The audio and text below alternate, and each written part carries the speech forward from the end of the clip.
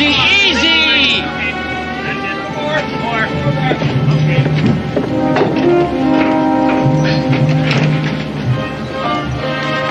That wagon has to be dead center. Make sure that's securely tied. Corporal, you'll find some more rope behind this skiff over here. Come on. Lively!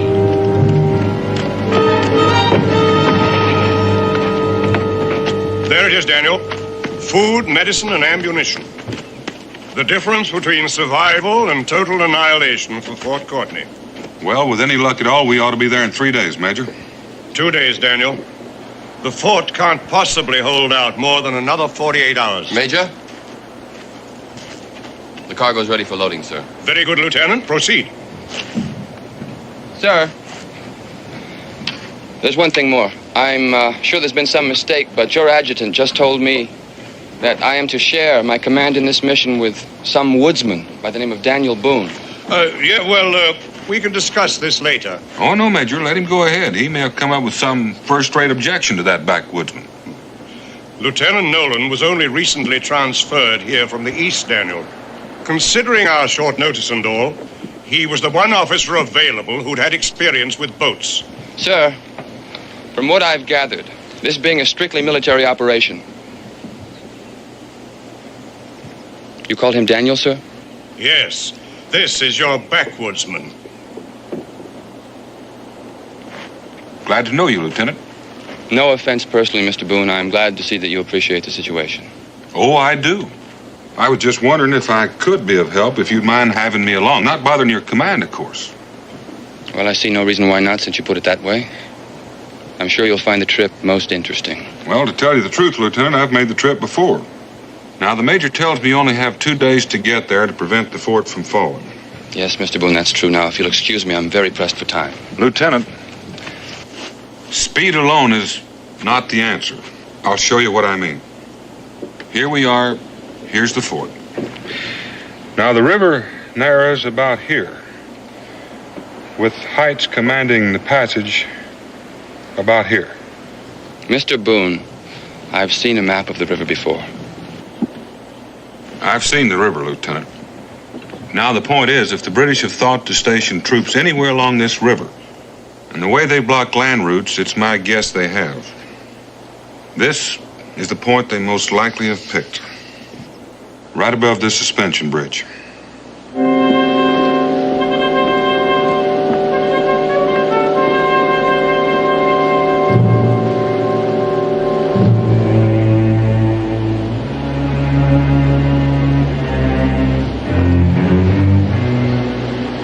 One degree correction. Fire when ready. Yes, sir.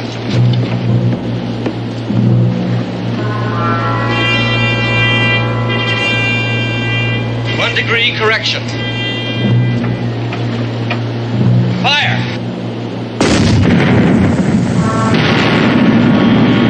Perfect! Freeze that trajectory and we can't miss. Yes, sir. If anything comes up that river, it'll be blasted clear out of the water. I only hope they do use a boat. With the gunpowder they'll be carrying, one shot would do it. The blast will be heard from here to Fort Courtney. If not, by good King George.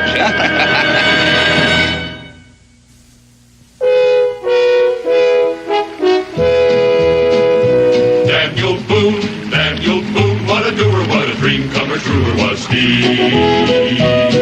From the coonskin cap on the top of old Dan to the heel of his rawhide shoe, the rippin'est, roaring'est, fighting'est man the frontier ever knew. Oh, Daniel Boone was a man, yes, a big man, with an eye like an eagle and as tall as a mountain was he. Oh, Daniel Boone was a man, yes, a big man, and he fought for America to make all Americans free. Daniel Boone was a doer, what a dream comer, truer was he. Daniel Boone, Daniel Boone.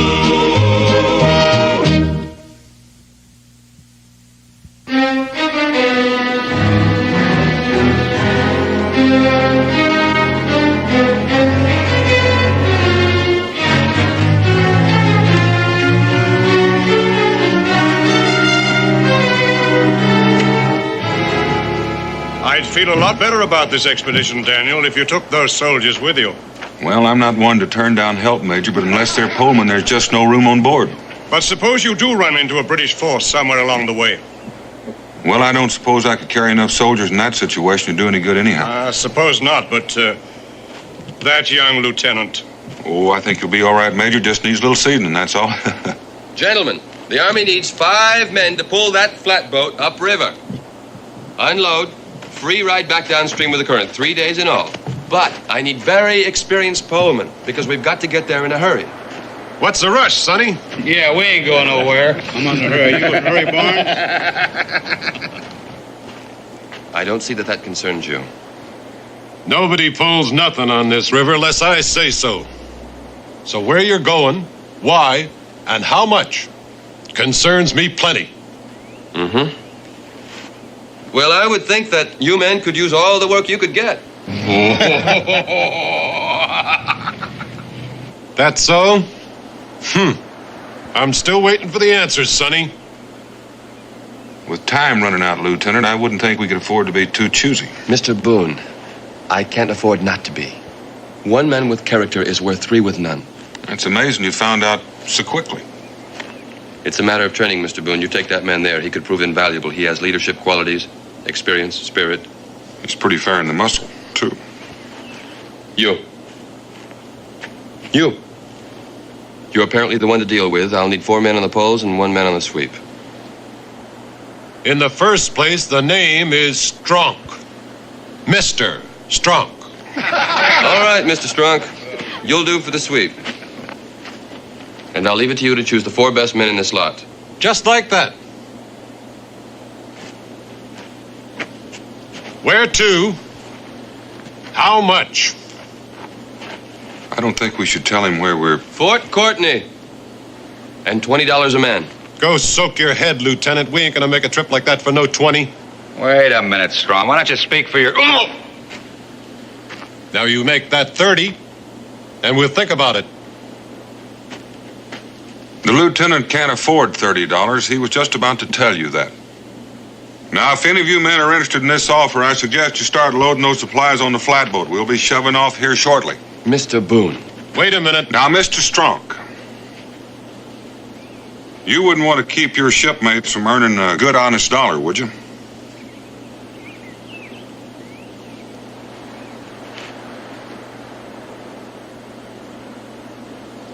Well, I guess if it's for the Army, it's our patriotic duty. Toby, Parker, Barnes, George, let's go down the docks. Was there something, Lieutenant? Yes, Mr. Boone, a matter of authority. From now on, I'll handle these matters alone.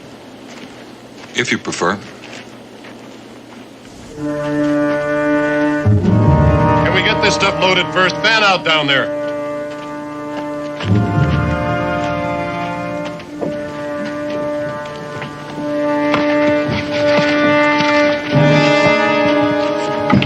You get that stuff over there.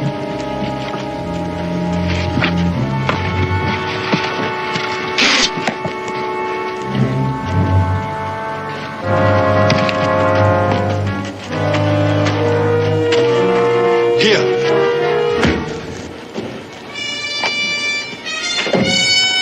Very efficient, mon ami. Very good.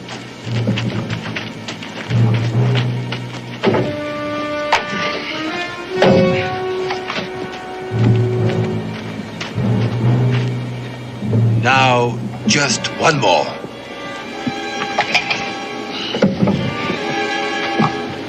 What happened to Barker? So I go off down the street. Barnes. Tell Barker to get down here on the double, or I'll have to replace him.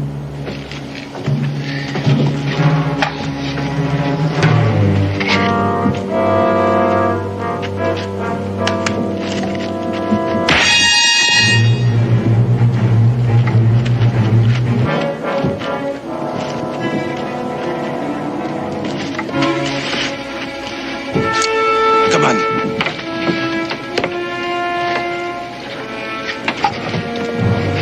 You, what are you doing here? That's all right. He's with me. Oh, he's with you. Off, both of you.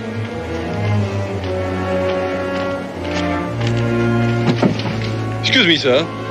Are you perhaps the hire of a poleman for this boat? Nobody works here less than I say so. Now, get! Wait a minute. Go away. Strong. These two ain't part of my crew. Mr. Boone, if you please, I'll thank you to leave these matters to me. All right. Let's get one thing very clear and straight right now. If anybody is dissatisfied with money or conditions on this expedition, they can leave. No. Very well. Finish securing the cargo and get to your polling positions. Strunk, you on the sweep. You and you pull on the port side. You and you on the starboard. All right, hop to it. Like I said, a little seasoning. Mr. Boone, Thank you. I assure you I am quite capable of handling these matters alone. Some matters you are, Lieutenant.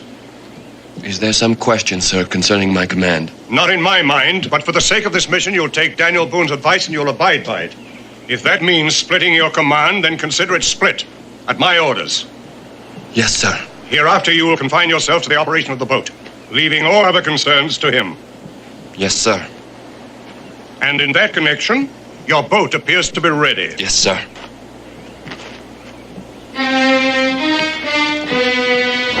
All hands prepare to move out.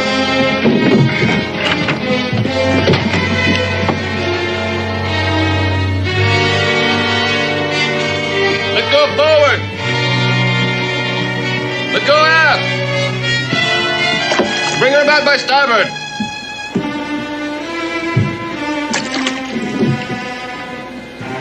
Push, boys, come on!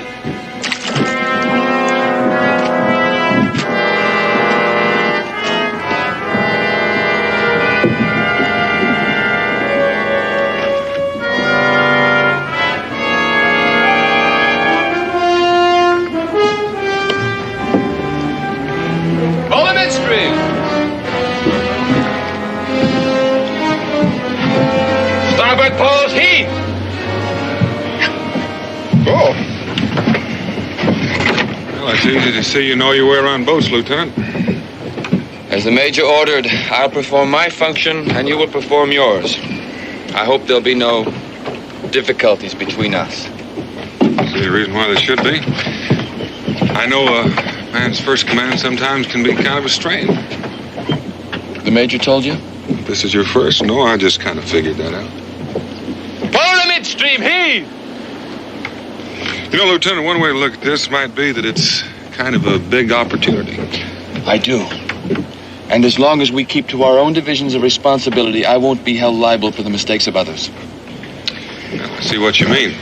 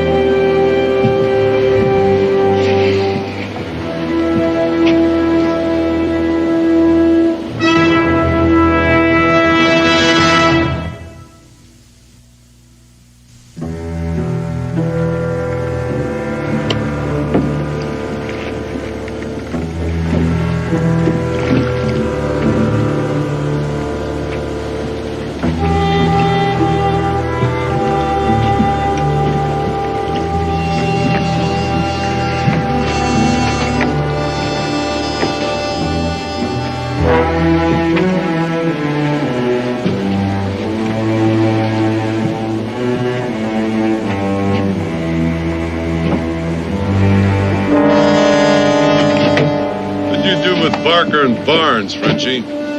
Parker and Barnes? What is a Parker and Barnes, monsieur? Don't give me that. Oh, excuse me, I'm so sorry. You clumsy fool, I'll break you in half.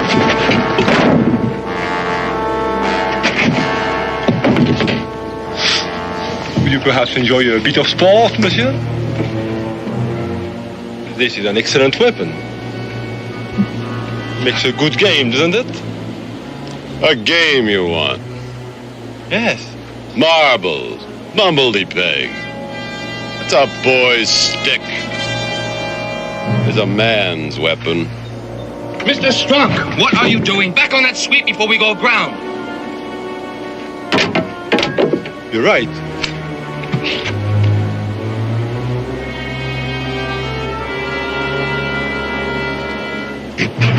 No, put those knives down. Sit out.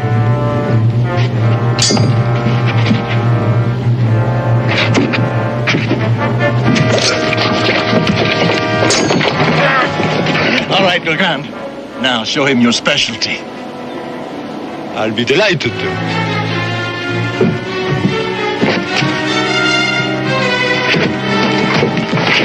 Seems you gentlemen don't hear commands too well. With the lieutenant's permission, I'm sure you all have good hearing for the clink of coins. And if there are any more shenanigans like this, those responsible are going to have their pay docked by half. And if you don't like it, you can always swim back. Right, now back to your posts. You've cost us valuable time.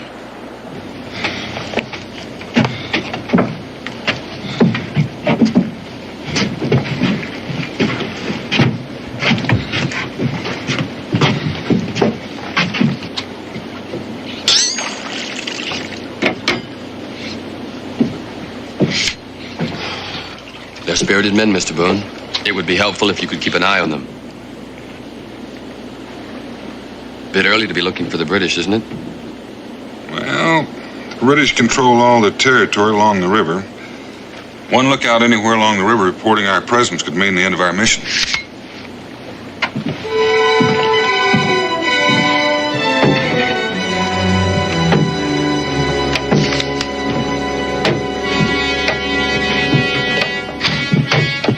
I knew it was a mistake to bring them to. It was a mistake for you, Strong. You'll be shown for the blowhard that you are. Listen to the braggart. He can't even buckle his shoes without the help of a sidekick. You better pay attention to your job, Strong. We run into those logs down there, we'll all end up in the river.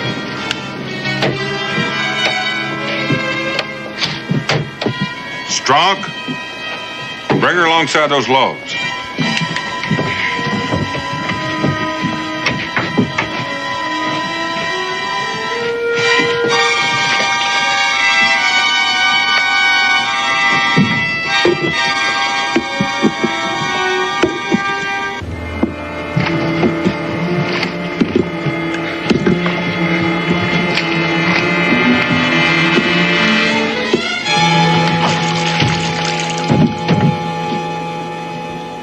That log was blasted by a cannonball.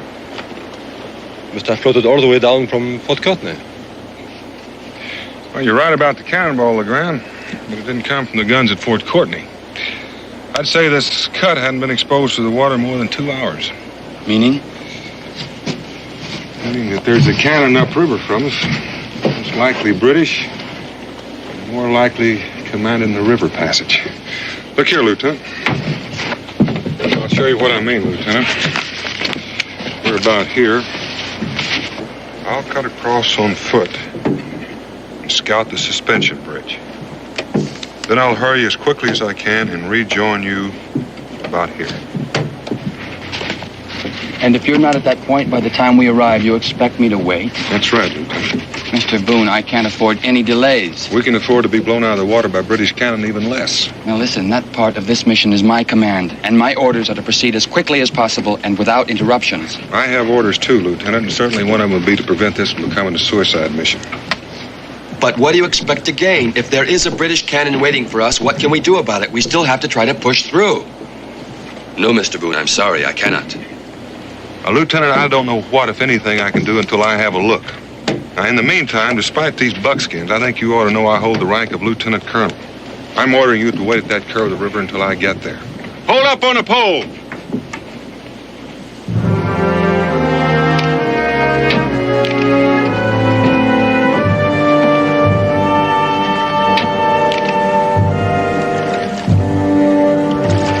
Carry on, Lieutenant. All hands, start pulling.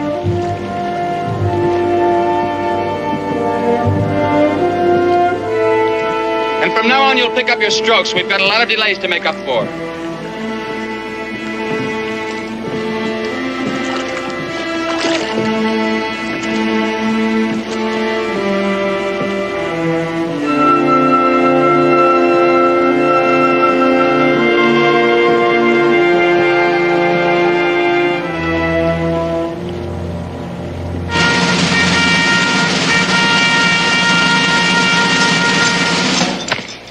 Captain, I want you to double the sentries tonight. Yes, sir. And put a 24-hour watch on the bridge. It'll be a bright moon tonight. No chance of any boat getting past us if we're alert. Yes, sir. Sergeant, double all sentries tonight. Sir? Dismiss!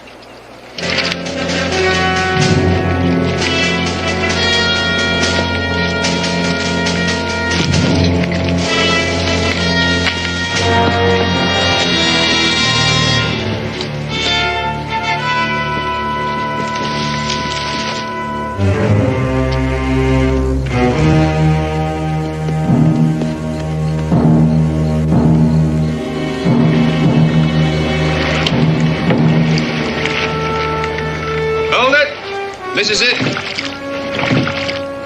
Toby? Yes, sir. Drop the bow anchor.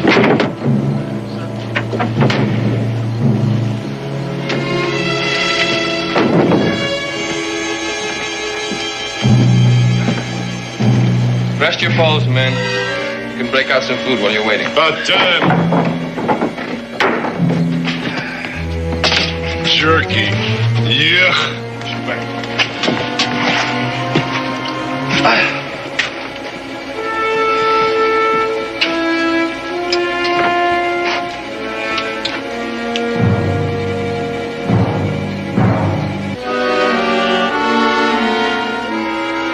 Funny, I never seen you two around town before. Well, we're just passing through. We come from south of here. Peculiar place must be. All wear them bracelets around their ankles? About you, you wear them too? When I think it's any of your business, I'll let you know. I won't say I never seen any bracelets like them before. They're usually attached to chains. Of course, chains could be hacked off if need be. You know something? You do an awful lot of talking for a man that's so outnumbered. Lieutenant! What's the trouble, Mr. Strong? How long are we gonna have to sit here on this rotten scow? Until I tell you to move it.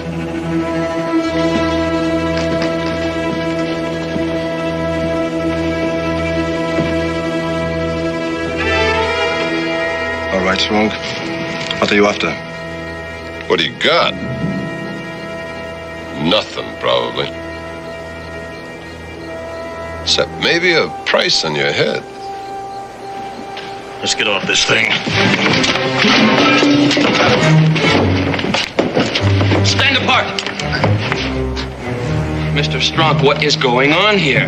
You got yourself a couple of escaped convicts, and I'm claiming the reward. Convicts? Yeah, right down to them ankle chains. Toby, bring me some rope. You're both under arrest. You'll be confined and turned over to the authorities at Port Courtney. That would be very unfortunate. Very, but I have no other choice. Hey! Thank you, Lieutenant. Now stand back, the both of you. We are getting off here, mates. First one that moves gets the charge. Fair enough. I'll see that you get this one. Now drop that pistol. Drop it. You drop that boat hook, too.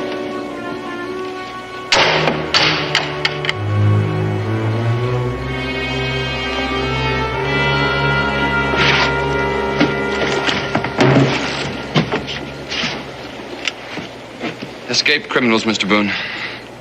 If I hadn't been so bullheaded. It's lucky I got back when I did. We're gonna need all hands. You mean you intend to allow these two to continue on our expedition? Lieutenant, we don't have any choice. I'm gonna need their help. Their help? I found the British, a whole passel of them camped out above that suspension bridge and the cannon. Grab 2 shovels, about 30 feet of that line, and a keg of powder. You two are going with me. Good riddance. These men are escaped convicts, Mr. Boone. Dangerous men. They'll try to kill you and escape the first chance they get. Yeah, I expect they will, but I'll just have to see that they don't get the chance. Why don't you swap with me? Your pistol will be handier for climbing. You have a plan? Sort of. This will leave you with only 2 pole men and Stronk, which means you'll be able to travel about half speed. I reckon you can get to the bridge about dawn. That ought to give me enough time to fix that cannon so it won't blow you out of the water when you try to run past. Monsieur Boone, we are going where? We're going to pay the Redcoats a visit. That's dangerous. I reckon it'll hold your interest. You cannot force us to go. That's right. I can chain you to the wagon. But if you come with me, you figure you'll have a chance to escape, so I reckon you'll come. Monsieur Boone, I am going to regret killing you. Your apology is appreciated. Now let's get started. Very well.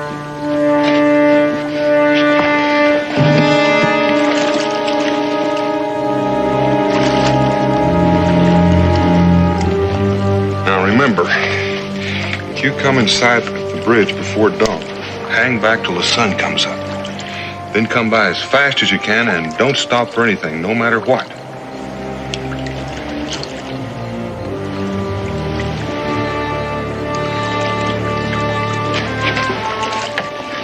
I can count on you, can't I? No matter what, Mr. Boone. My friends call me Daniel. Mine call me Bo.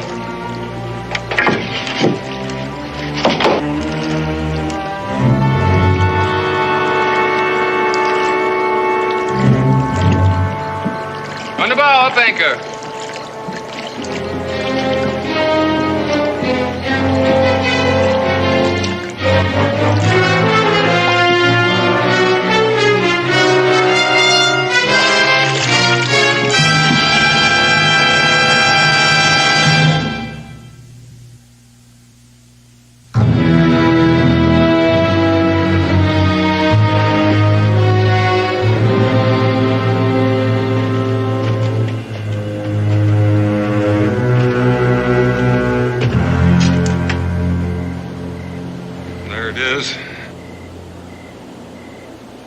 That's the way we're going to get there. Then we just blow it up with your powder, is that it? No, we'll just bury that keg in the edge of the cliffside under the cannon, light it with a fuse, or do you have a better idea? What I do know is we ain't never going to get there. All you have to do is look. Well, that's where our friend Legrand comes in. Me? You see that line?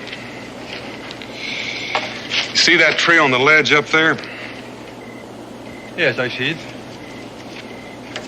How many shots is it going to take you to throw this boat hook over that limb?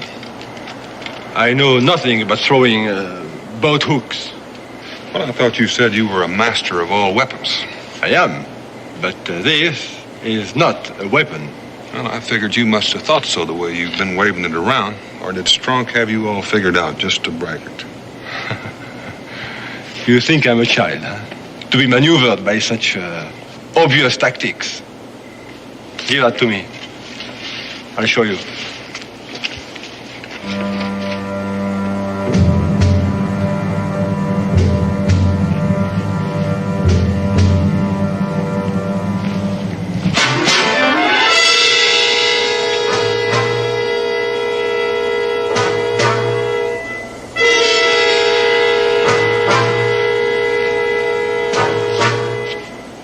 Well?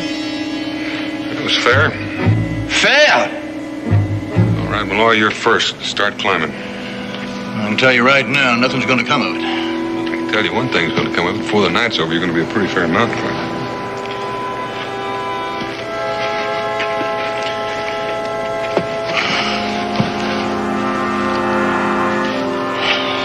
First chance I get, he's dead. You better be quick or I'll get him first. You can argue about that later. Climb.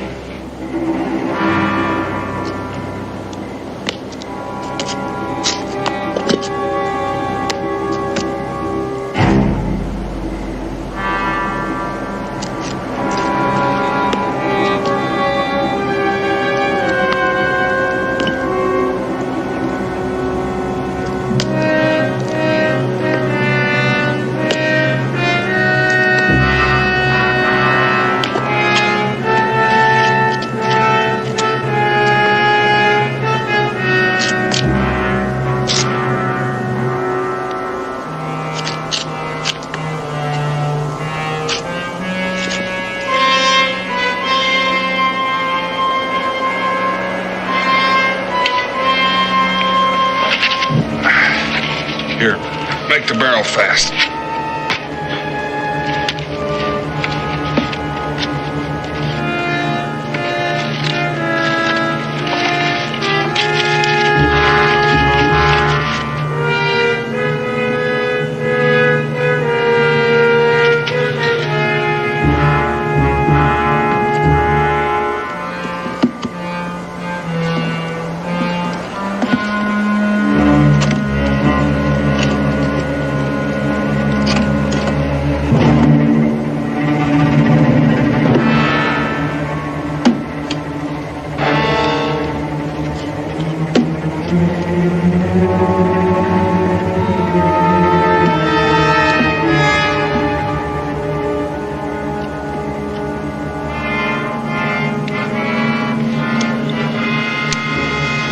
You're next.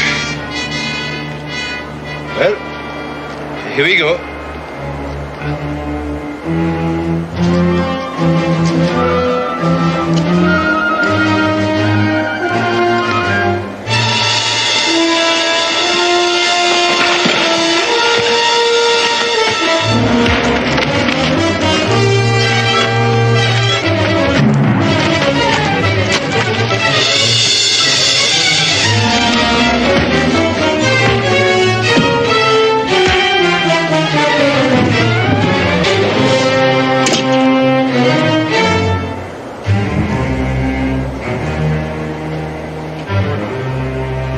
Why don't you fire? Who cares about waking up the redcoats? Oh, it's a pity, isn't it? A pistol that cannot be used. Your gunpowder tossed to the winds and your time ticking away. It is that. I guess we better forget about trying to climb that cliff. Find a way to work our way past those sentries that have been posted. Without weapons and without powder, huh? Well, we just have to use some of their powder. I reckon they got plenty to spare. Well, you'll have to figure it out without me, since you cannot use the gun anyway. I can fire the gun all right. If I don't get your help, it won't matter whether I wake up the redcoats or not. You know something, Boone? I'm beginning to admire you. You have a lot of spirit. Well, you have quite a bit of spirit yourself. Let's head up that slope.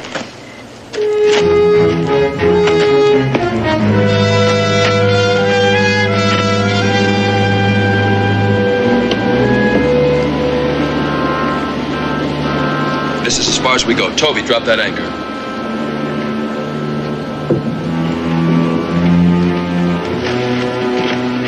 What are we waiting for? Dawn, as Mr. Boone instructed. Then we go poling past that cannon in broad daylight? That's right, Mr. Strunk. Not with me on board. With everybody on board, Mr. Strunk.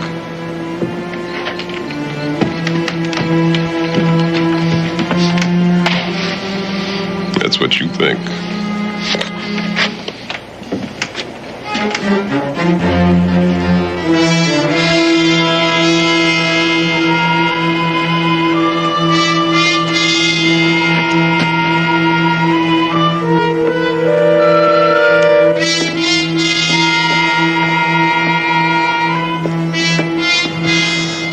We're going to get shot for nothing.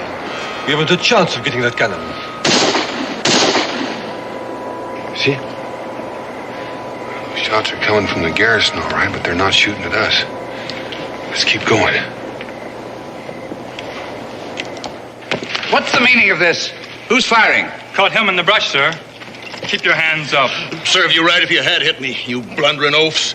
Man trying to do you a favor. Mind your speech, sir, and state your business, or favor, as you call it. Well, fact is, it's a bit of both. Business for me, favor for you. But I'll do my talking to your officer in charge. You are talking to him. Which I could do a lot better not being treated like some low-down prisoner.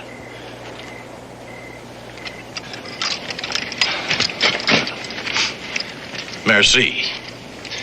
Now, just what is it worth to you to find out something new about them supplies they're heading for Fort Courtney? Nothing. I'm ready to blast anything that comes up that river. Well, sure you are. Of course you are, but it'd be nice for you to know just when they're coming and just how they plan to get by you in spite of your cannon. I don't know what your information is worth, if anything, until I hear it. And you won't hear it until we've settled on a price. I figured that, £100 in your currency, that'd be a fair price.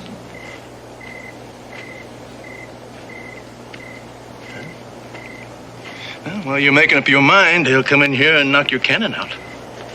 How? How do I know you're not lying? Because I can prove it just as soon as we agreed on price. Very well. You'll get your money. Good. Now, if you'll just take a look over the side, you'll see the powder that was meant to topple your cannon into the river.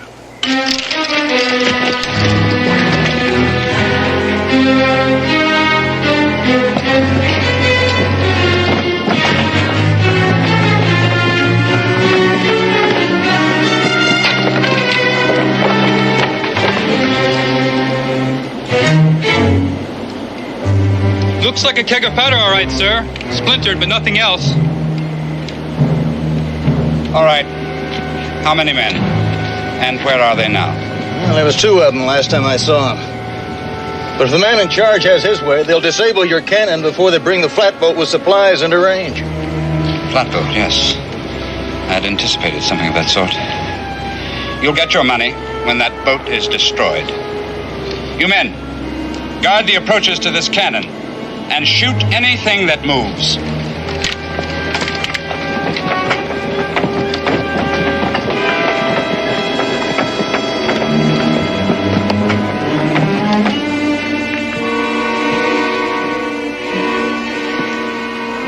Either we move out right now or I'm going to take me a swim. Strunk, we move in no direction till sunup. You take one step for that side and I'll blow your brains out. The way you handle that seems more like a gun for Boone than for you. Mr. Strunk, once I pull this trigger, I doubt if you could tell the difference.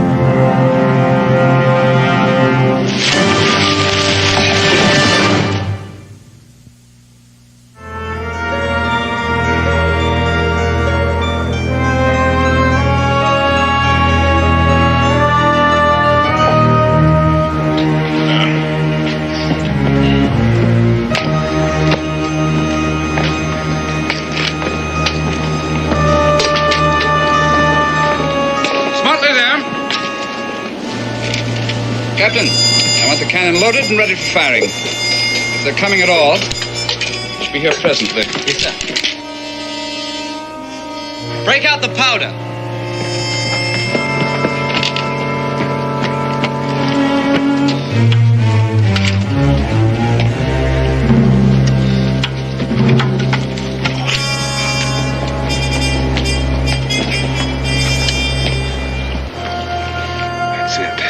It's the cave. That's right. Now we know where the powder is. How can we get there? What we need's another uniform.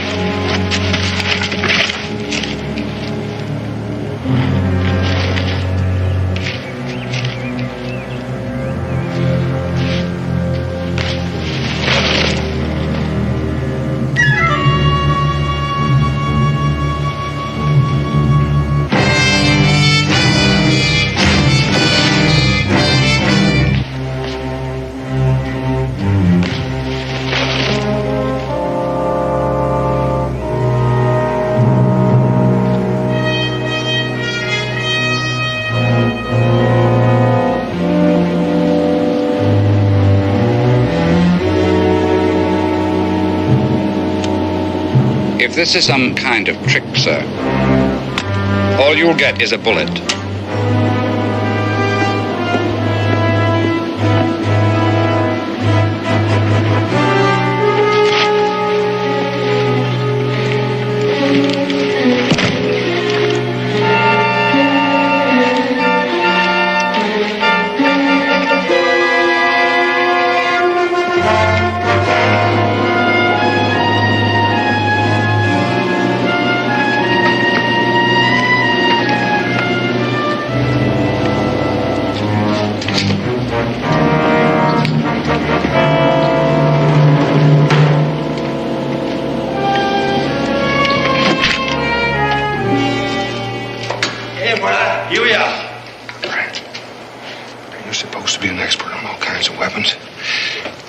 What would happen if we set off all this powder?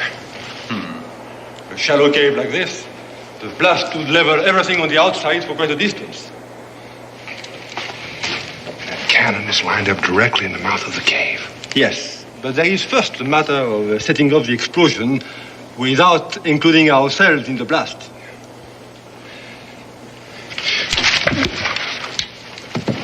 Me boy,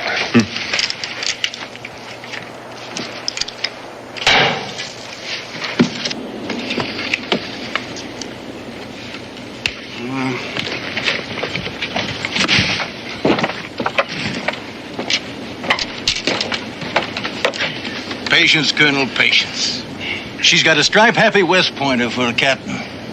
He'll get her here if he has to push her.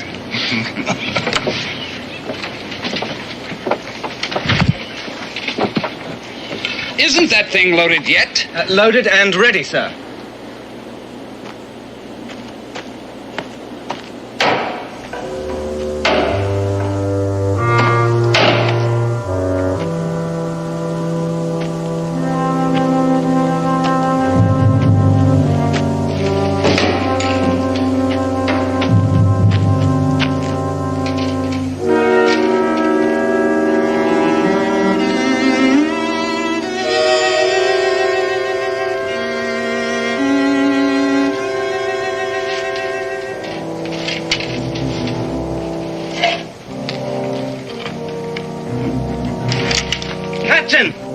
The boat! It's coming!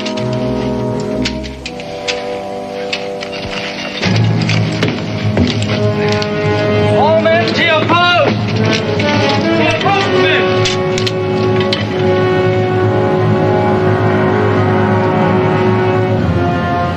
She's here. Loaded to the ears. Make ready for firing. No one would show up on time.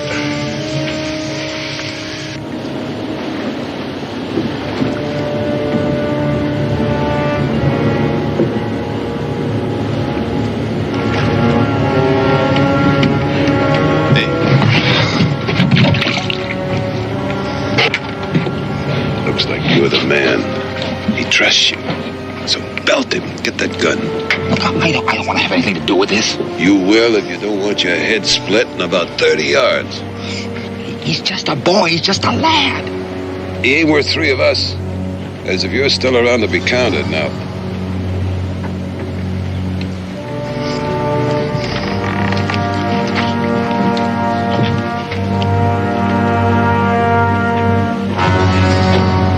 Hey, look!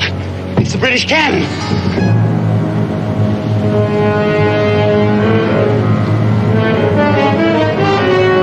Stand by. She's almost in position. She'll be here any minute. The cannon is pointed right at us. That doesn't mean it'll fire. Keep pulling, Toby. Get on with your work, Toby. Strong. Move.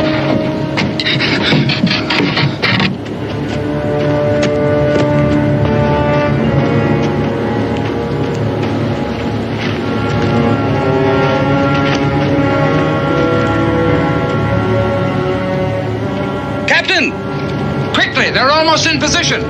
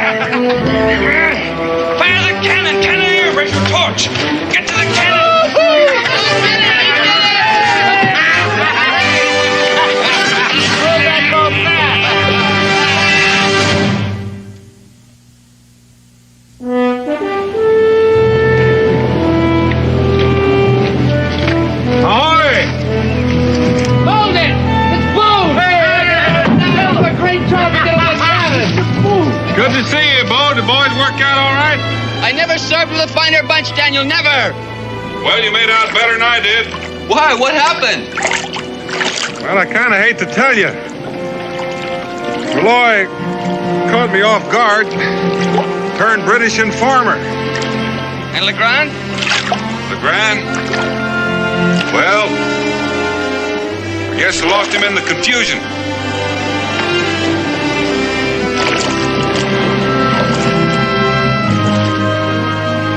The important thing, Bo, is we're going to get those supplies to Fort Courtney on time, right? Right, Daniel.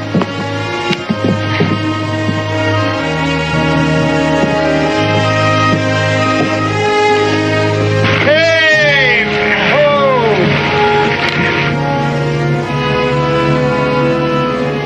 Bon voyage, gentlemen.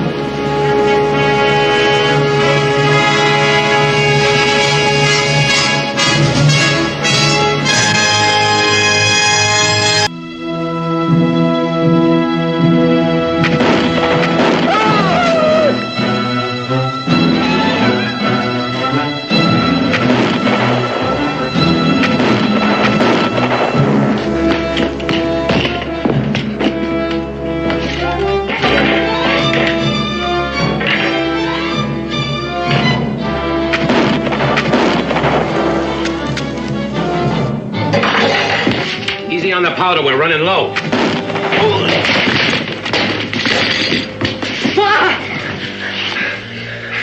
Your mother's valuables. Quickly.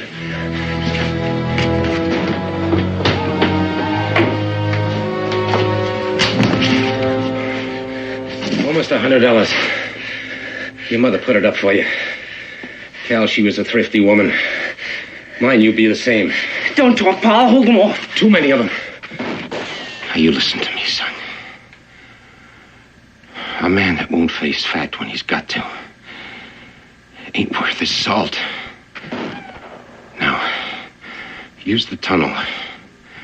Take the Spanish horse and make for Boone's burrow and get to Daniel Boone. Your mother had kin there, Baltimore. And Daniel will help you locate them. I'm not gonna leave you, Pa. That horse. That's all I've got to give you. I think his lameness can be fixed. And he may be of some value sometime. Take good care of him, son. And maybe someday he'll take care of you.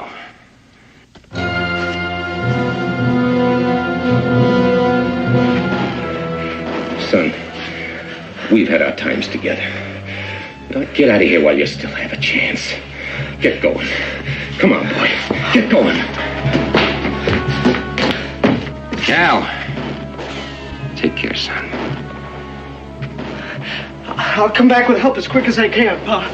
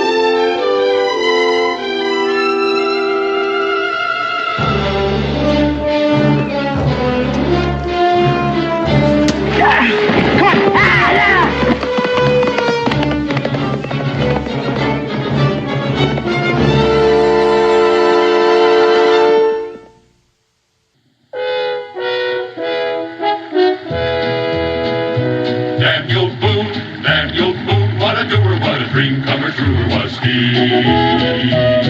From the coonskin cap on the top of old Dan to the heel of his rawhide shoe, the ripin'est, roarin'est, fightin'est man the frontier ever knew. Oh, Daniel Boone was a man, yes, a big man, with an eye like an eagle and as tall as a mountain was he. Oh, Daniel Boone was a man, yes, a big man, and he fought for America to make all Americans free. Daniel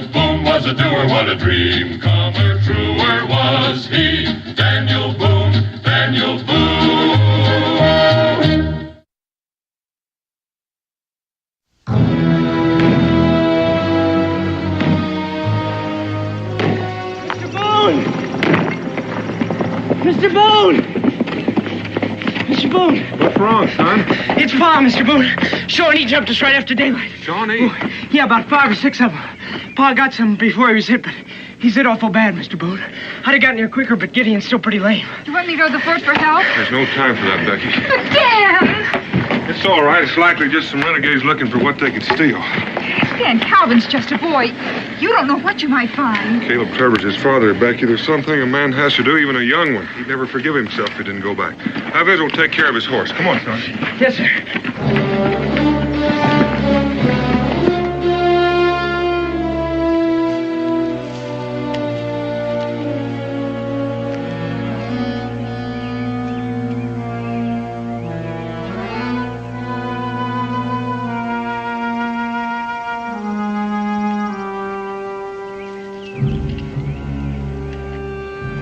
Stay here, Cal.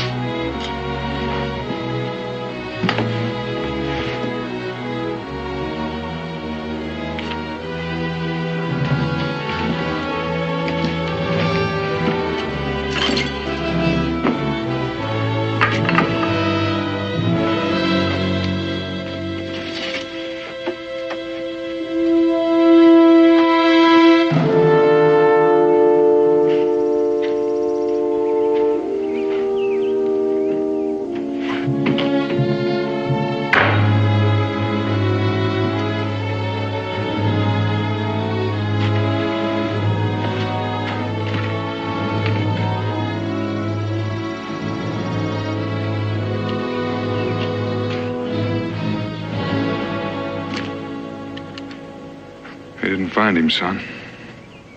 He made it to your tunnel somehow. He's dead?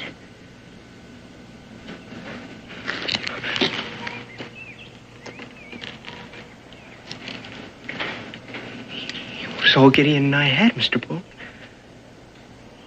We were going to do so many things together. I shouldn't have left him. Cal.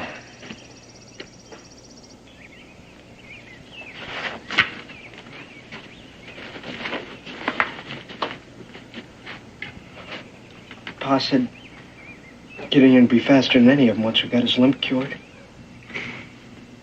And that's a chore you can finish, isn't it? Won't be the same now. No. That's the way your pa would want it. I want to see him. Believe me, Cal, I know what's best.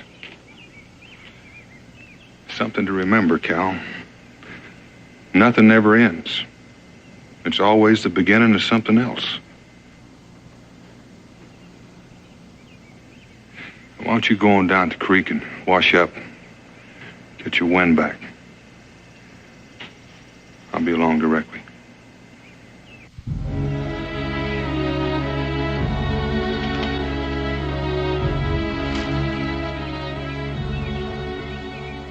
Mr. Boone. He always set store by the shade of that big old tree over there.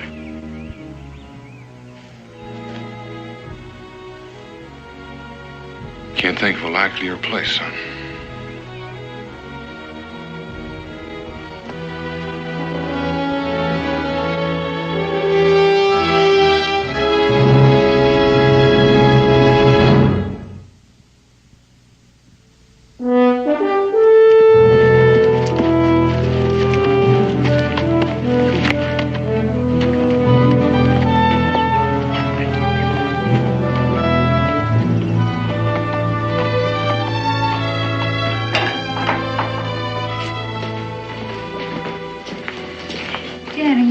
Those letters. Well, I'm almost done. Think you'll be able to locate Calvin's folks? Caleb Trevor didn't leave much to go on. I doubt if he heard much from his wife's people after she died. And they may be a little difficult to locate after all this time. I'm worried about that boy, Dan. I was thinking, if you say so, we can keep him here with us. We could, and we will, if it comes to that. But he needs his own kin, his own blood. He needs to belong. There's no way we can give him that. Just concerned about him, that's all. You know, if I'd give you leave, you'd mother the whole world, Becky Boone. Now, don't worry about Calvin. He'll make his own way. And that's best. Gideon, come on. You gotta try. You gotta put your weight on it. You're favoring it too much, boy. Now, come on. Come on.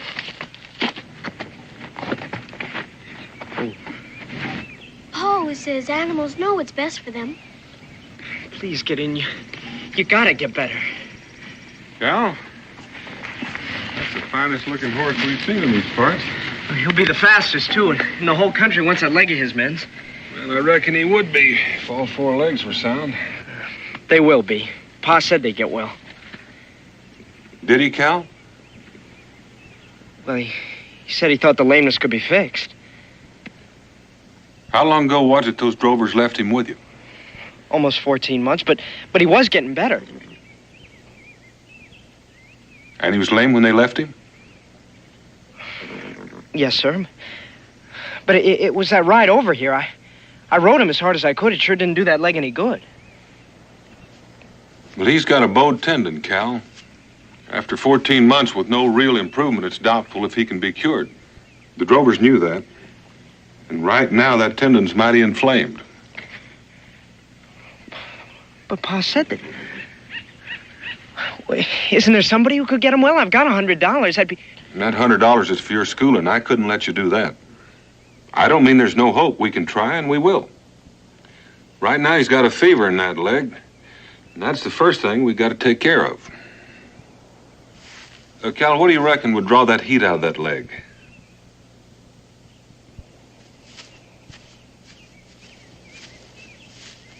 Do you think his leg can be fixed, Pa? Well, we can try, Israel. Cal's got all of his hopes wrapped up in this horse. Anything I can do to help? Yes. Yes, you can. You can go ask your ma for some rags, and then we'll get some mud and some herbs, and we'll make poultice. Yes, Pa. I've got to tell you, Cal, the chances are pretty slim. I think you ought to face that now. Yes, sir. What'll happen to him, Mr. Boone, if he can't be cured? I mean, will we have to do what they do to horses when they break a leg? There's no point in worrying about that now.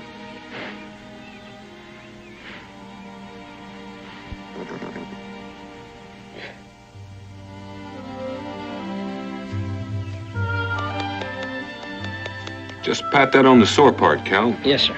It'll strengthen the tendon. It's strong. It'll burn for a bit. Burn? It's all right. It's got to be done.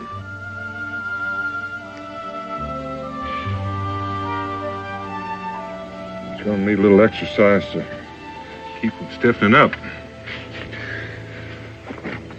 A little more each day until he gets his strength back in that leg. Yes, sir. Well, you want first, Israel? We're gonna make him the fastest horse in Kentucky, the Virginia, and the Carolinas, too. Well, like your pa says, we're sure gonna try.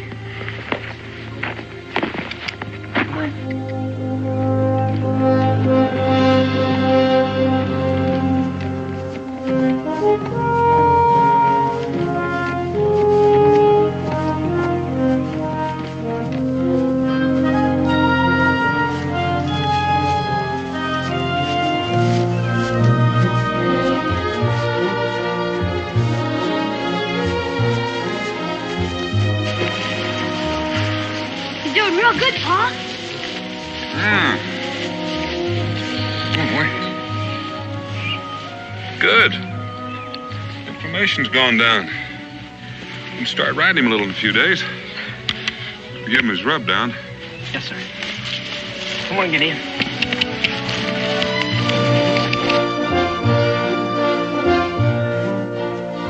Oh, Gideon. Sure seems like he wants to go. Think we can let him out a little bit more? No, not until your pa's really sure that leg is healed. Now, come on, it's my turn.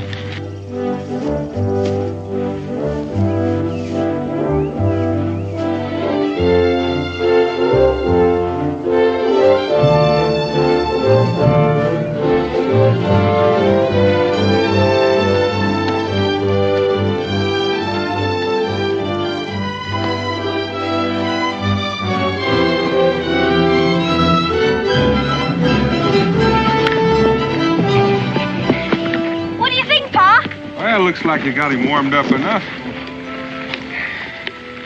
Let's take a look. See if all that work paid off. What do you think, Cal? Looks good. Yeah. How is it? Sound as a dollar. You sure? See what he'll do. I'll give you a mark, Cal.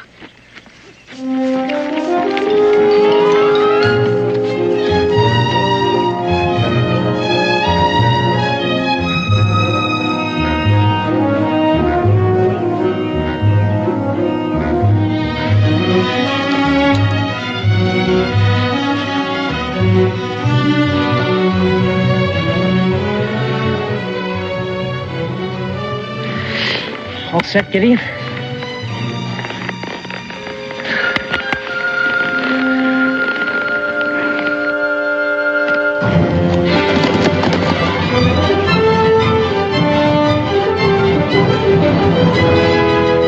Come on, Cal.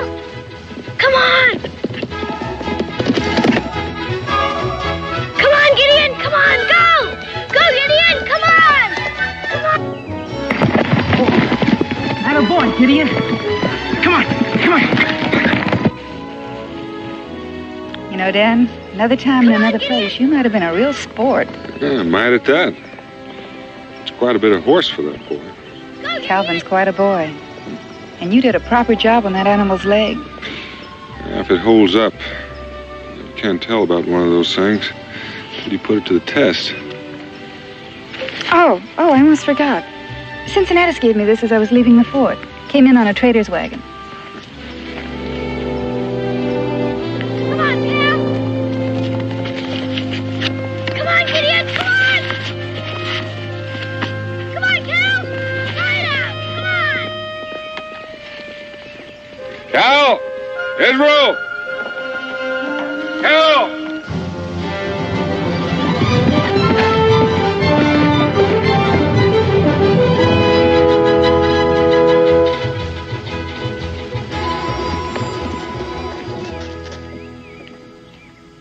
Dan, are you sure Calvin will be all right?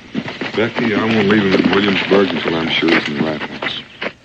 Well, I want to thank you for everything, Mrs. Boone. I'll never forget it here. You're always welcome to come back, Cal. Thank you. Maybe your aunt and uncle let you come back for a visit before winter. That'd hardly be fair, Israel. They have quite a bit of getting acquainted to do. Spring, then? Well, I'll sure try. Where's your money, Calvin? Oh, I have it right here. And you make sure it stays right there. Yes, ma'am. Well, so long, Israel. You watch out after the place, son. Okay, Pa. Bye, Becky. Bye, Dan. Bye. Bye.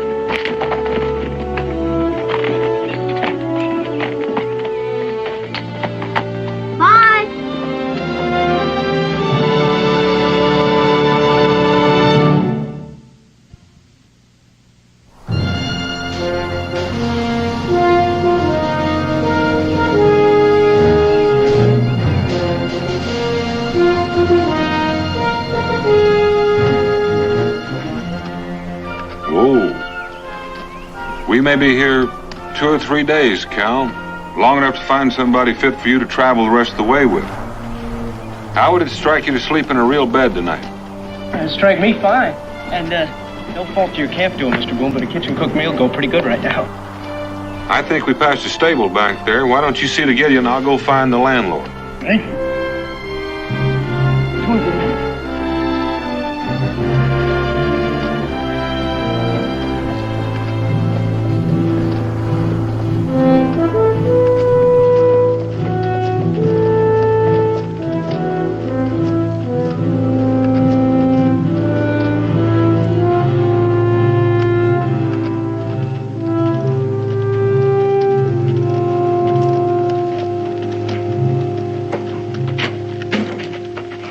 Pardon me, sir. I was wondering if I could stable my horse here. I'm not the proprietor.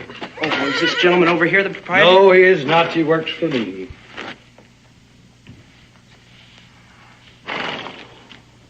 Is there a racetrack around here? Look, boy, we're busy here. Why don't you run along? Mr. Landers. Well, You interested in racing your horse, boy? From the looks of the animal, I'd guess the answer was yes.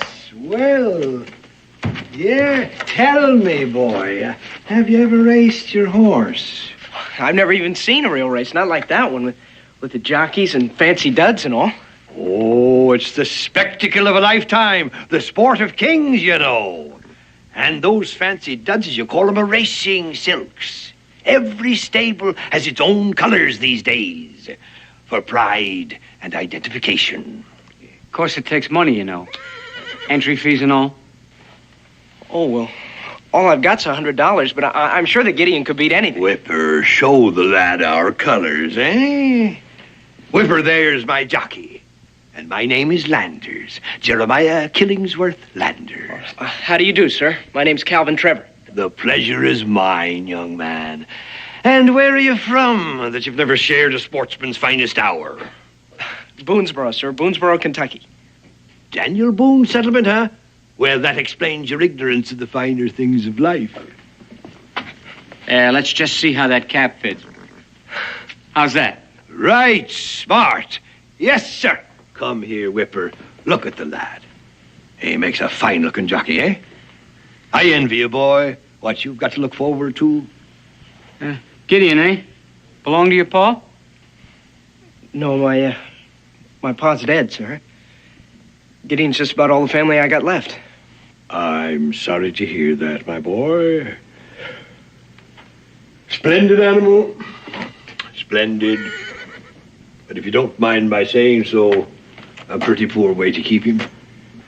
Oh, well, we just came off the Wilderness Road. You should see him when he's all brushed up good. He's bred to run all right. I'd sure like to see him let out once. Mr. Landers, how much is that entry fee? Now, you don't want to waste your money on a gamble like that, my boy. He's a fine-looking horse, sure, but it takes more than looks to win a purse, you know. Yes, I'll never forget my first purse. Your heart jumps right up here. The wind is like music in your ears, and the shouts of the crowd are all for you. You hear the ladies calling out your name, and then that moment of victory. And a fine fat purse to line your pocket. It's a mighty thrill, boy. A mighty thrill. Looks as if he'd been lamed up pretty bad for a spell. Oh, that's too bad. A fine horse otherwise. Oh, but he's all mended up first rate now. He can run as good as ever. Against a champion? Like Lady's Choice there? Oh, no, it wouldn't be fair. Not with a game leg like that. Oh, no, I'm afraid it wouldn't be fair at all. Pity, though. An untrained horse like that would fetch long odds. What would you say he'd bring, Whipper? Oh, against Lady's Choice, I reckon about $5 for every one wagered. 5 to 1? Well, I suppose he Mr. would. Landers, you mean if I wagered $100, I'd get $500 back? If Gideon won. Oh, but Gideon can beat any horse. Hardly, son, with a handicap like that. I'm sorry, but it's my duty to tell you, as a man of honor. Oh, but please, Mr. Landers, I know that he can. Well, now I must say I admire your spirit and your confidence. If you're that determined, I hardly have any choice, do I? Whipper, give the Spanish barb of young Master Trevor's a rub down at an extra bait of grain. Calvin, you step this way, and we'll just attend to the details.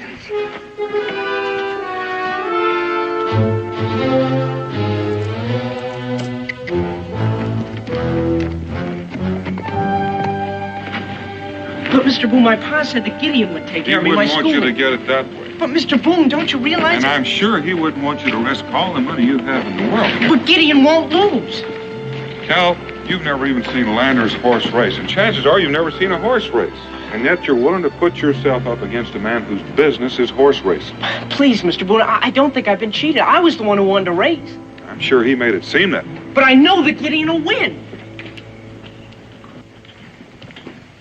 Excuse me, sir. This is a private club for gentlemen only.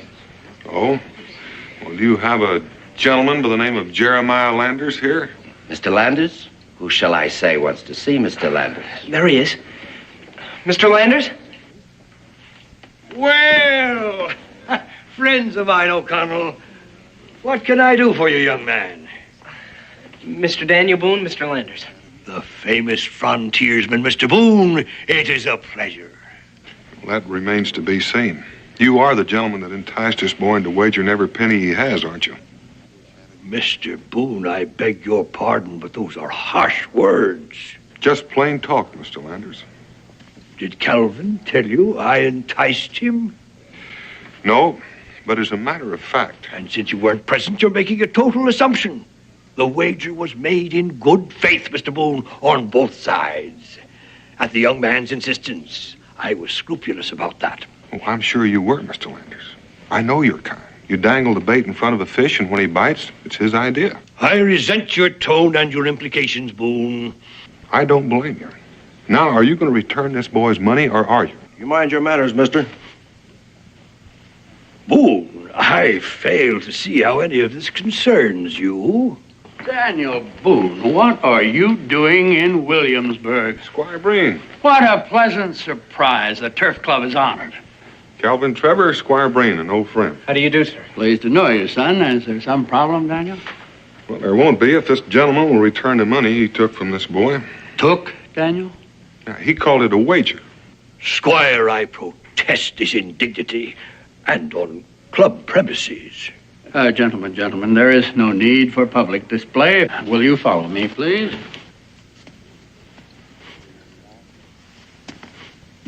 Would you excuse us, please? We have a private matter to discuss. Certainly. Thank you. Would you close the door, please?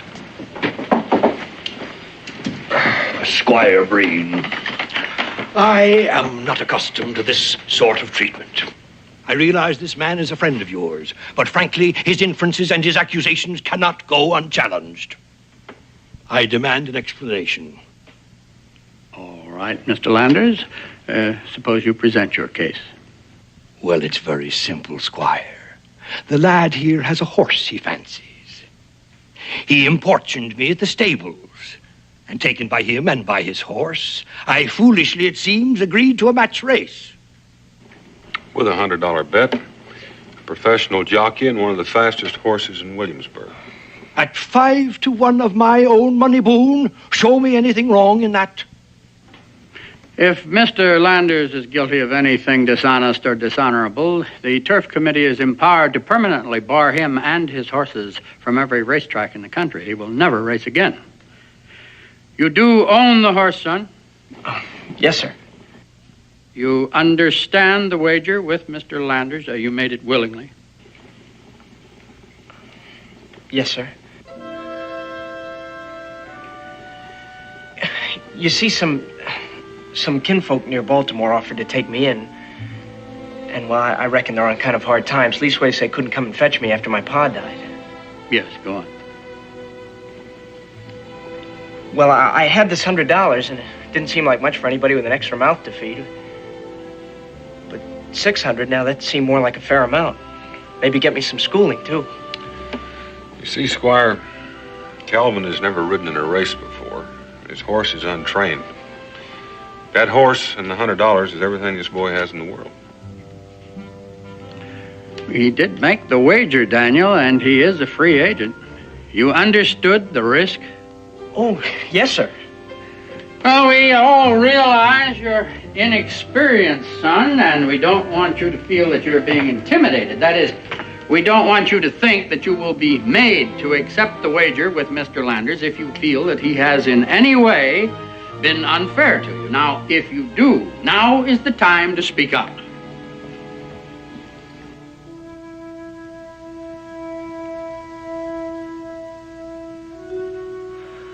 I reckon you'll hold it against me if I say I want to go ahead. Oh, son, As long as you know the facts, it's your decision.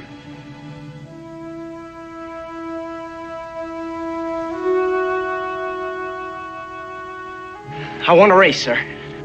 Spoken like a sportsman. All right, then, it's settled. I understand your concern for your young friend, Daniel, but Mr. Landers has some right in the matter, too, and some lessons are best learned early in life. However, I believe it is customary for an impartial referee to hold the stakes in a wager of this sort.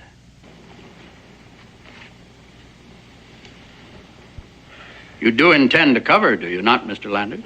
Indeed I do, Squire. And at 5 to 1. Just a minute, Squire.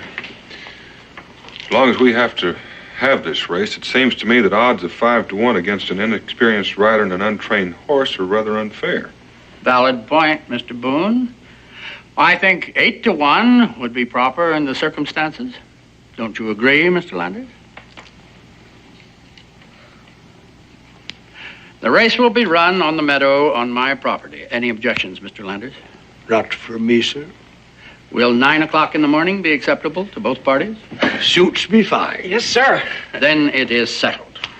Grateful for your interest, Squire.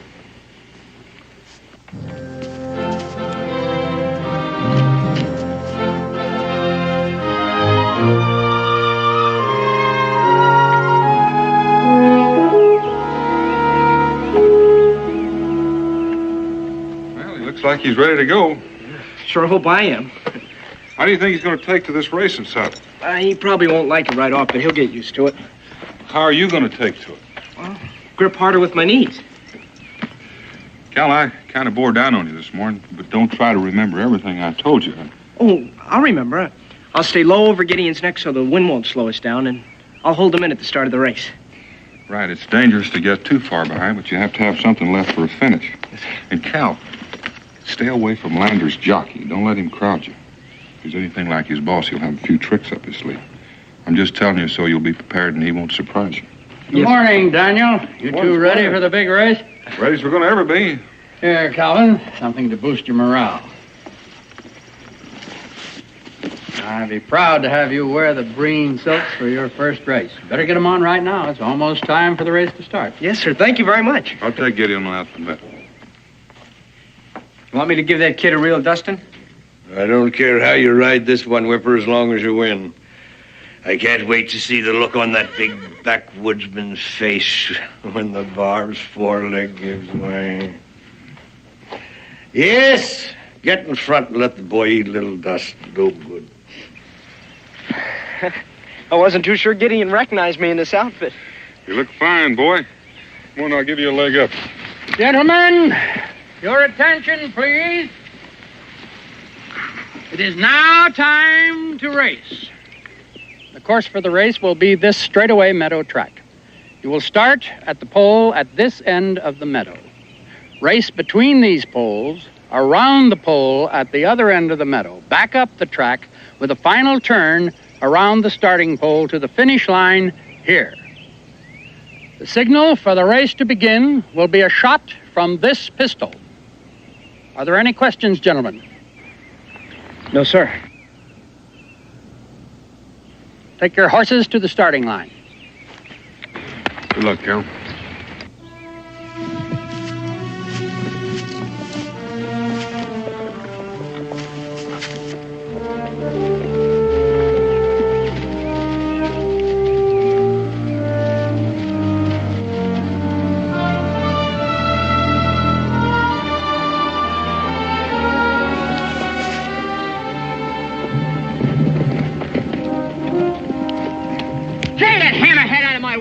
Keep that whip to yourself, will you? Gideon's never been touched. It's about time he learned a few things, kid. It's about time you learned a few things, too.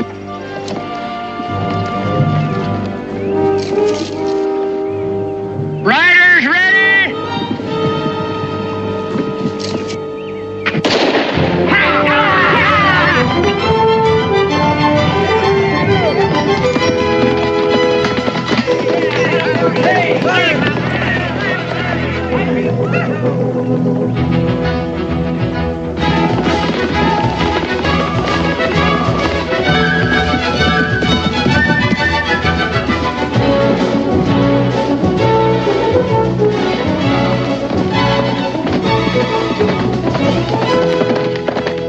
a good teacher, Daniel. That boy can ride. Now it's up to the horse.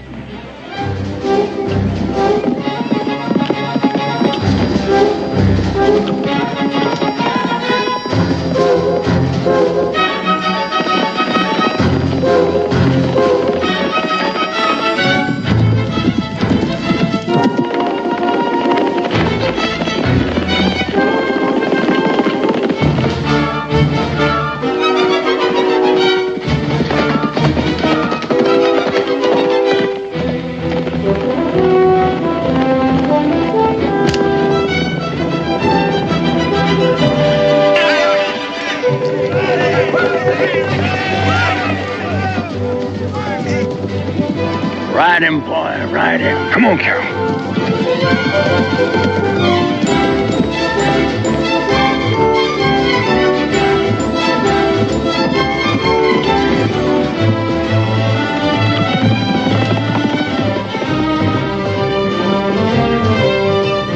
Come on, Carol.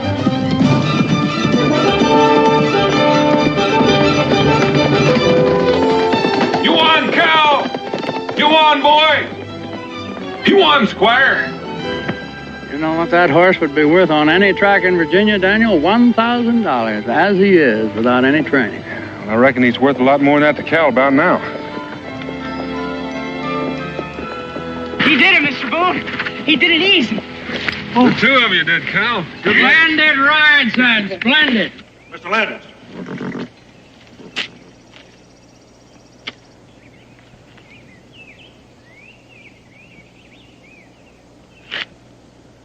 Gentlemen, let me have your attention, please.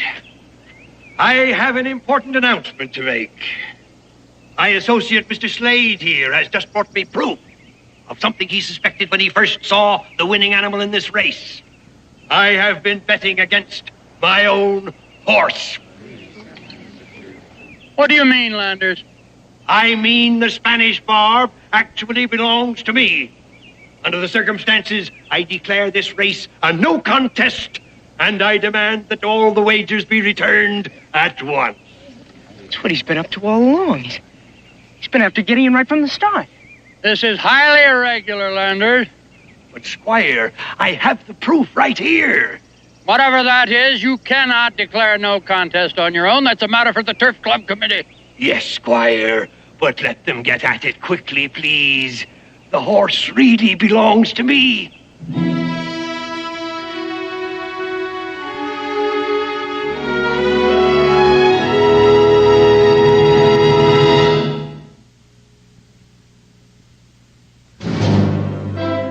Certainly appreciate the time, Squire. This may not be as simple as it seems on the surface. That's exactly why we organized the club, Daniel.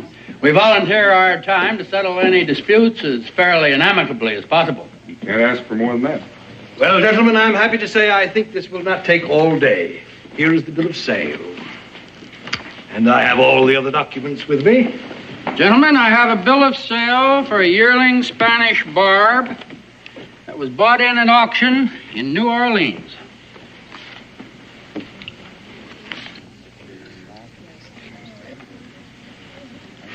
Description and date match. And here is the entry in the diary I make my men keep when they're away on business for me. It clearly states the same horse pulled up lame and was left with a man named Caleb Trevor near the settlement at Boonesboro.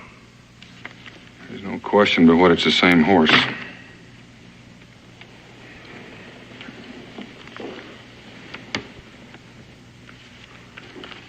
Thank you.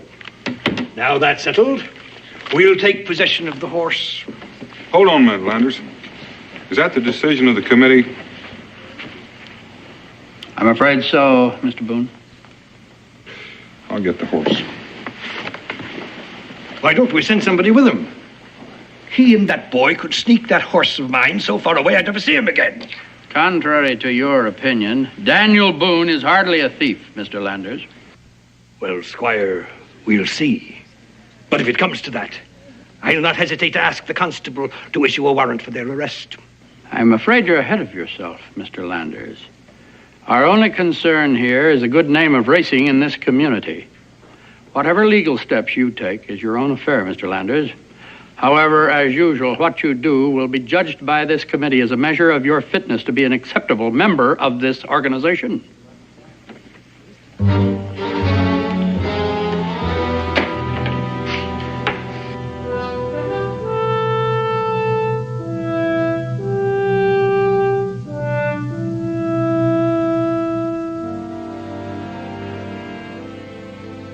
I knew you'd outrun that horse, Gideon. Pa was right. And now that I want to take you away from me. It's not fair. You're my horse. You belong to me.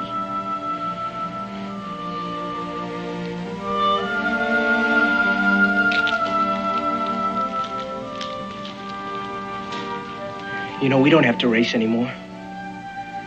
We don't need racing or towns or any of this.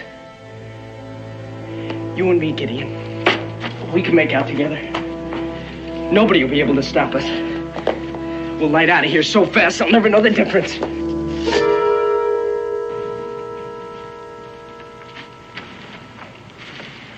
I never figured you'd run from trouble. I'm not going to let them have Gideon. Cal, you were called upon to become a man real early in life. You've done a real good job up to now. I don't care what that Mr. Landers says. Gideon doesn't belong to him. When those drovers left him with Pa and me, they gave up claim to him. And now that he's sound again, it's just not fair. Maybe not. All of what you say is true, Cal. But Landers has a legal claim on that horse.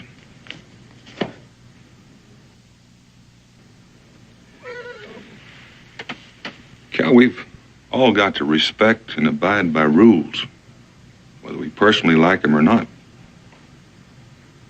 Otherwise, we're outside the law. And when you're outside the law, you can't expect its protection. So if you take Gideon, we'll all be obliged to come after you. Mr. Boone,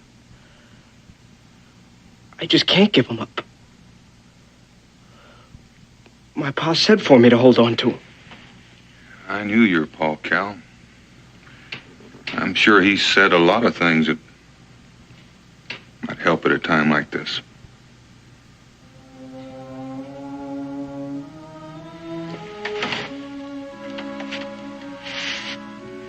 I reckon that's it.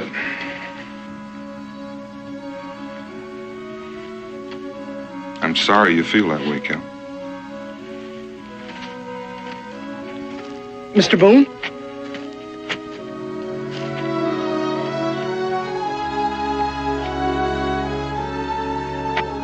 My pa said that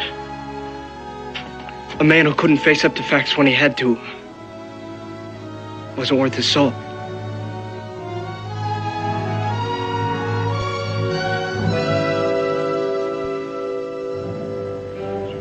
Mr. Landers? They're coming. Boone and the boy.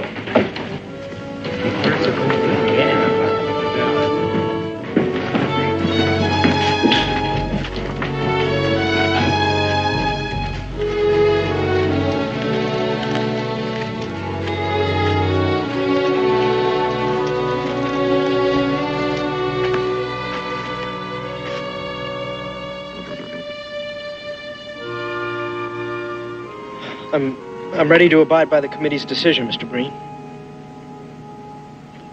All right, son. Whipper? Take care of the barb. Goodbye, Gideon.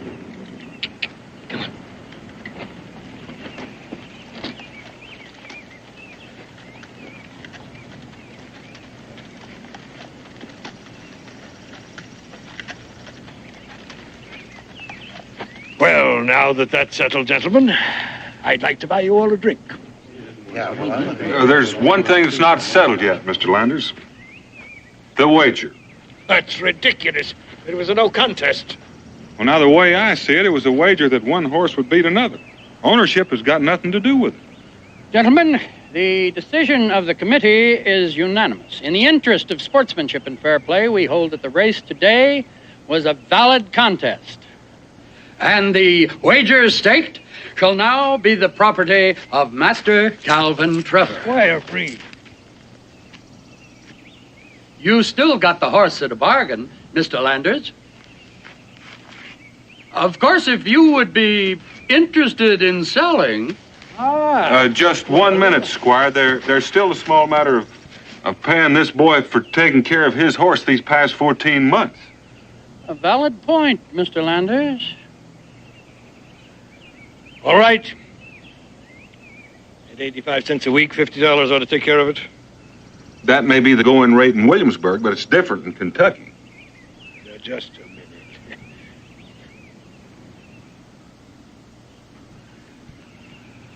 How much? Well, you've got to remember, Mr. Landers, that Kentucky has the finest grass in the country for horses. And then there was a lot of doctrine, medicine, special care, training. How much? And you can't forget that this boy brought your horse cross country. There's got to be a transportation How charge. much? Well, I'm not very good at figuring, but say $20 a week, board and care. $20 a week? And $100 for transportation. $100. Then there's medicine and then doctrine. I think $1,500 might be acceptable to Mr. Trevor. Would that be all right, Cal?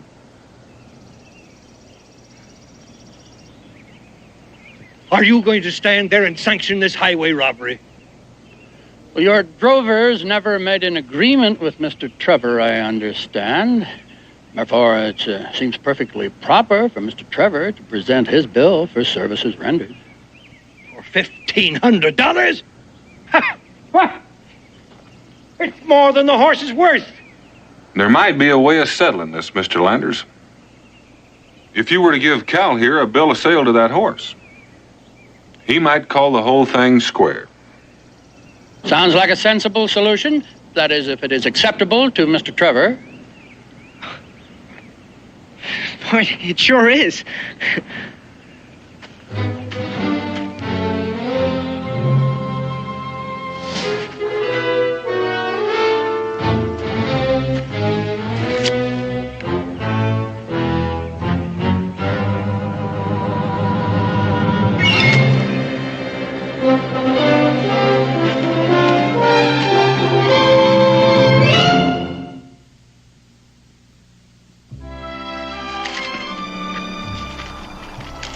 If you ever decide to take up horse trading as a profession, Daniel. Oh, no, Squire. I know better than to consider myself an expert just because I came out all right the first time. I think the young man got your point, Daniel. Yes, sir. You can't expect Gideon to win every race. Oh, but Gideon can beat any... Yes, sir, I realize. Now then, do you suppose that your friend Gideon would like to spend the night in my stable? Say, that'd be fine.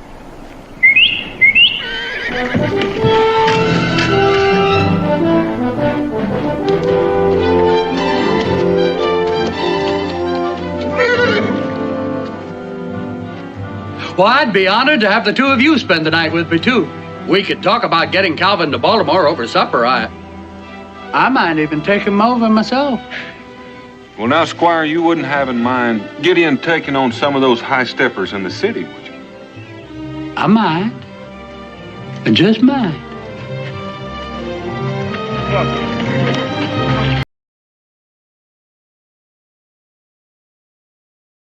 Change your mind, Daniel, about coming along? Promises to be an interesting hunt. Oh, no, Mingo. It's been 3 days since I sat down with my family at the dinner table. If I don't get back pretty soon, they'll be feeding me out the back door like I was a stranger. Chief White Cloud, I presume since you're chief of the Cherokees, you're going to get the first shot. And I want you to do me a favor. Drop that bear before Mingo does, because if you don't, I'll never hear the last of it. I intend to, Daniel. Looks like he's big enough to feed your whole tribe for the winter. Plenty meat. Good luck. Judging from the way he's moving toward higher ground, he's crafty. I believe he's laying a false trail and intends to double back. Mingo, I suggest we separate.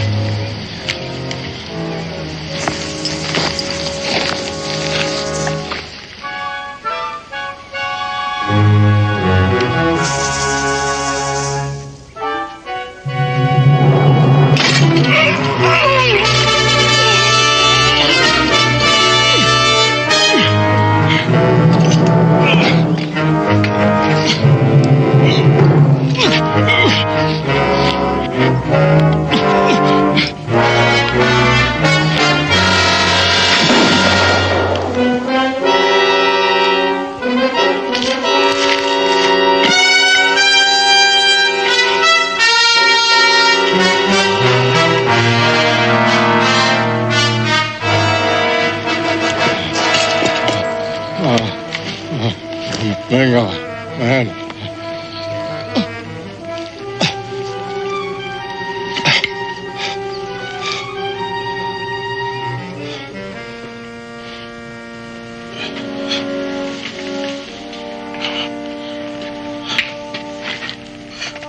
Who did this to you? A white man. One who looks from the red man with eyes of hate. But, my friend, he is but one white man. Do not let this death cause one world to turn against the other. Seek justice, not vengeance. You are now chief of the Cherokee. But your son... My son is on a long journey. You must speak for my people. Mingo. The treaty between the Cherokee and the settler, it has been good. You, who have the blood of both worlds, can best keep the peace.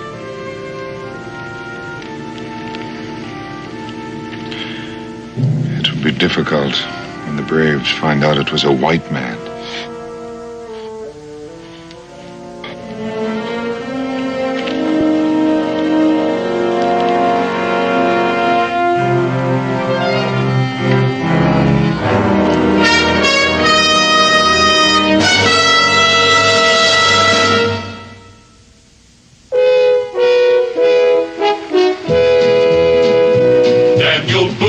Daniel Boone, what a doer, what a dream comer, truer was he. From the coonskin cap on the top of old Dan to the heel of his rawhide shoe, the ripidest, roaringest, fightingest man the frontier ever knew. Oh, Daniel Boone was a man, yes, a big man, with an eye like an eagle and as tall as a mountain was he. Oh, Daniel Boone was a man, yes, a big man, and he fought for America to make all Americans free. Daniel Boone was a doer, what a dream comer, truer was he. Daniel Boone, Daniel Boone.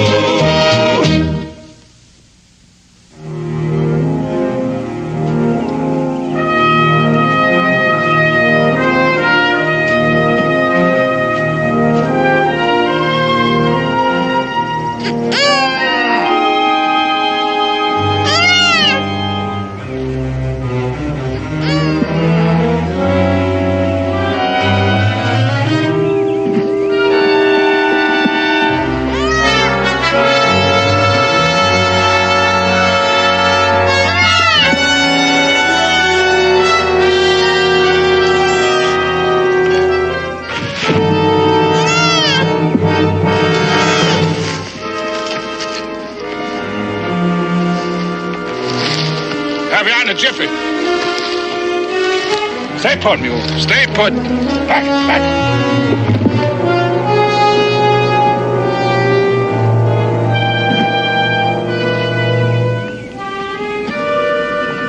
All right, take it easy, friend. I'll be with you in a minute.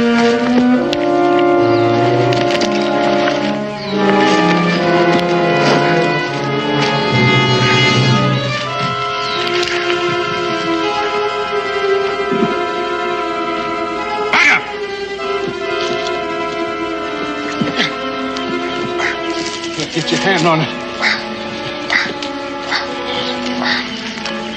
Here! Easy, friend. Easy. Go on!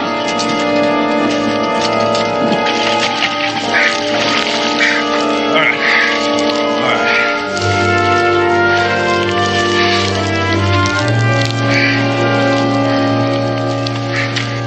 Much obliged. Hawkin, Sam Hawkin. Sam Hawkin. Daniel Boone. Boone. I heard tell of you. Well, maybe I shouldn't ask how you got in there. Maybe it's best you shouldn't. Near dark. Hate to see a man journeying wet to the bone, his belly empty. I'll make you a proposition, Boone. I got a grizzly half-skinned up there. You start a fire and I'll cook us up some meat. You got yourself a deal.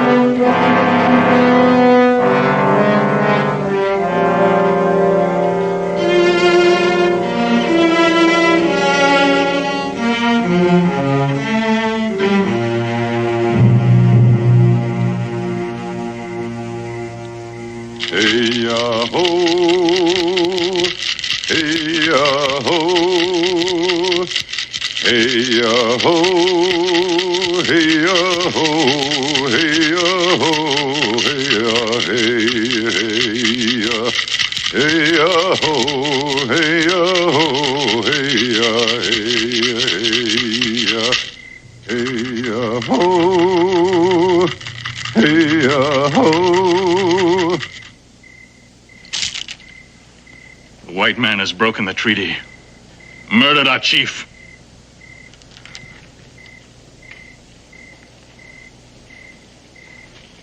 Spit in the face of the Cherokee. There will be no war paint. The treaty will be honored. It was the wish of White Cloud. Honor? Where is the white man's honor? He who killed our chief must face Cherokee justice. One man. Yes, I agree. The murderer will be brought to Cherokee justice. He will lose himself in the white man's world. Hide behind the walls of Boonesboro. But you, who walk among the whites as one of them, live and think as they do, you are not true Cherokee.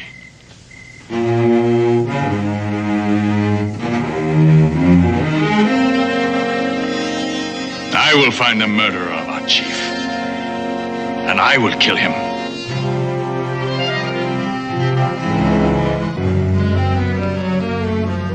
I will find him.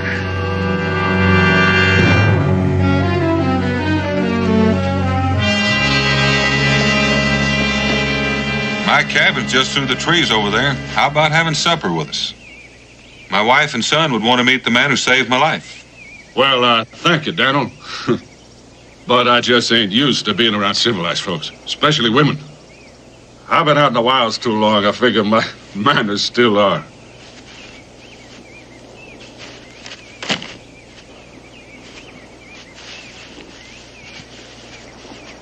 Here, Daniel, it's yours. I'm the one that ought to be giving you something. Well, Daniel, I won't fight you if you stand me to a drink in the tavern. Well, I'll meet you there later.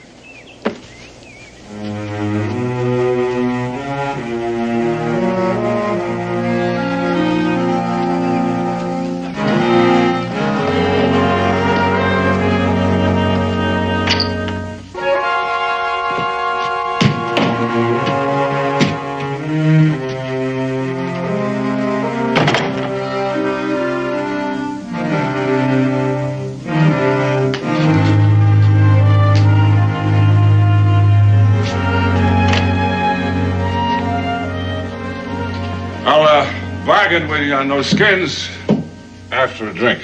All right, sure. What'll it be?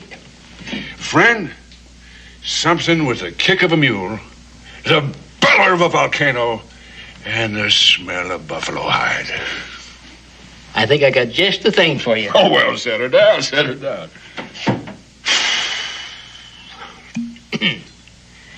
There you go.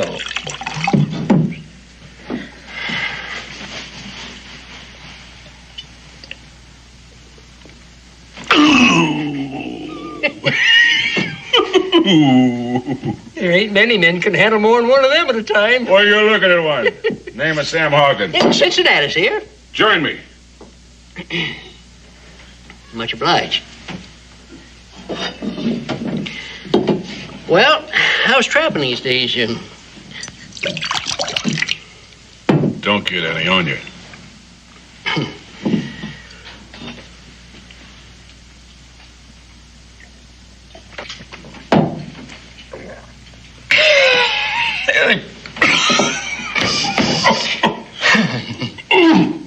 Brother, how do you keep that potion corked? As long as these boys staying around here with their mouths wide open, might as well pour something down. Come on. Come on.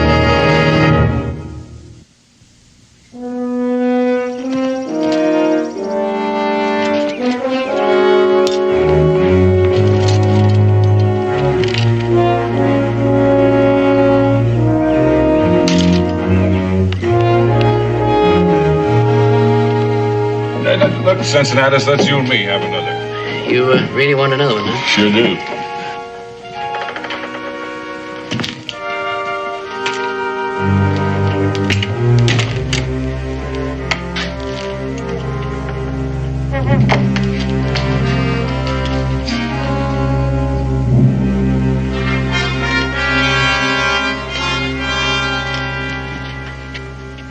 Now, when some feathered vulture messes with my trappings, he's asking to get skinned. Elk? Rare in this part of the country. The only elk existing in this territory are in Cherokee land. Well, now, what makes you think so, Injun? Only a few migrated to the north of here last year due to a shortage of food. White hunters killed most of them. Those that survived the slaughter found sanctuary on Cherokee hunting grounds. The Indian kills only what he needs. Well, now, it's none of your nose, Injun, but that's just where I come from. North. There's elk so thick up there, they warm themselves at your campfire. I took this skin 4 days ago, north of here.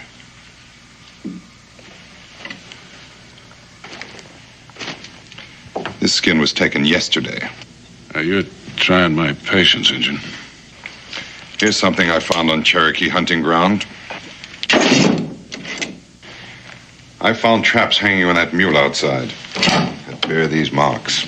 Is this yours? Well, is it? I don't see it's any of your business, Redskin. But what of it? Now, Mr. Hawkins, Mingo here's a friend in the tavern. He don't want to make no trouble. He'd like to prevent it, I'm certain.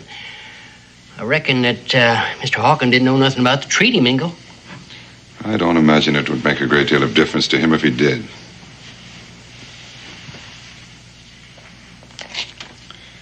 Chief White Cloud is dead.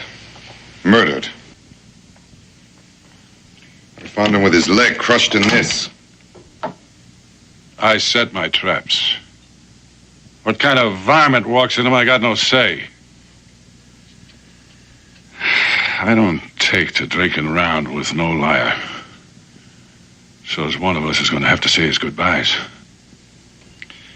Cincinnatus, pour me a drink. Never mind, Cincinnatus. You can have mine. Riled. Fire-eyed and touchy as a tea-snake. Look at there. Can't wait to collect myself another white scalp. What's the matter, Injun? Only scalps in your wiki-up women's and kids? Now you're trying to get yourself a man's?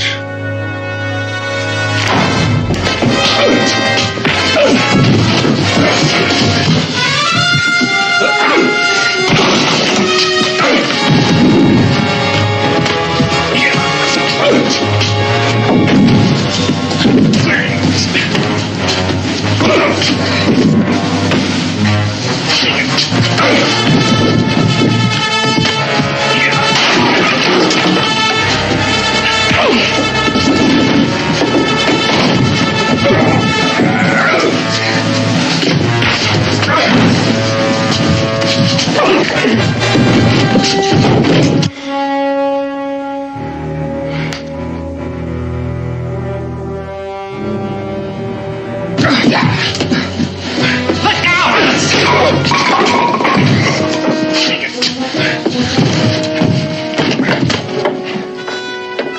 Sam! Put that knife down. Let him go. Now, Daniel, this is a personal matter. Drop it. Daniel, I figured you for my friend. Well, I am. So's the man you're about to use that knife on. Like I said, he's a friend.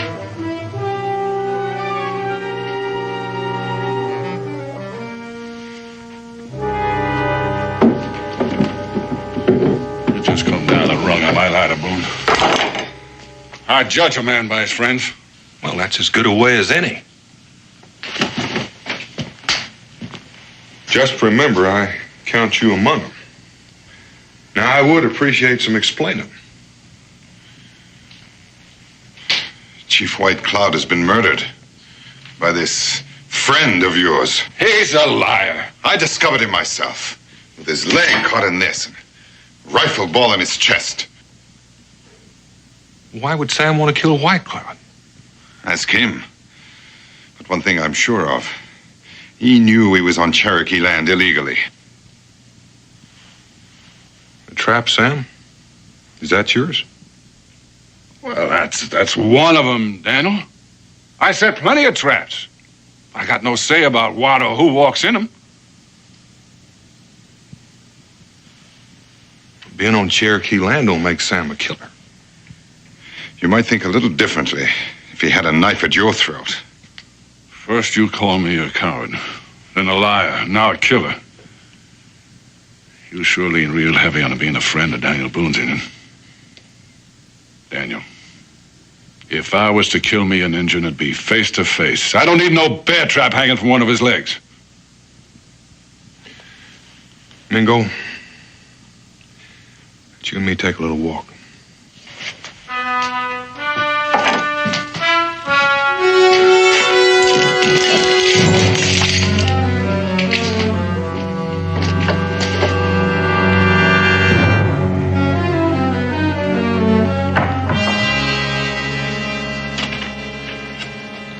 Mingo, those are mighty strong charges. There's not enough to back him up. Only the knowledge in here that he's the man. White Cloud's hunting bow is broken, deliberately. Now, you know what it means to an Indian to enter the next world without his weapon. An act of hatred so deep, it goes even beyond the grave. Being chief can bring enemies. This is no personal enemy. This is an enemy of all Indians. Something to which I may be more sensitive than you or any other white man. I read that hatred in his eyes. Perhaps one must have Indian blood in his veins to recognize it. That's hardly evidence that'd stand up in a court of law. There's never enough evidence in a white man's court to convict a white man of killing an Indian.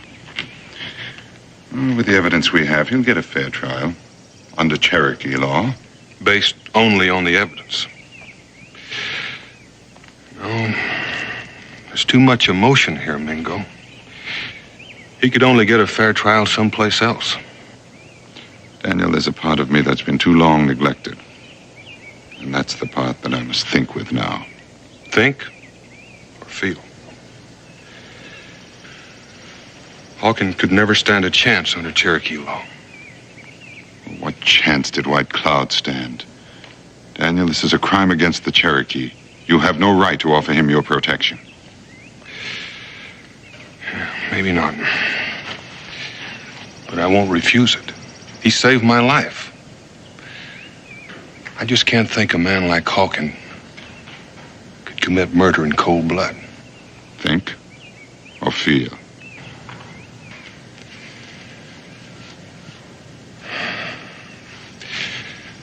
Explain to the new chief how I stand. You already have. While White Cloud's son is away, I am the chief. Taking quite a big load on your shoulders. I don't know what I'd do if I were in your place. I do.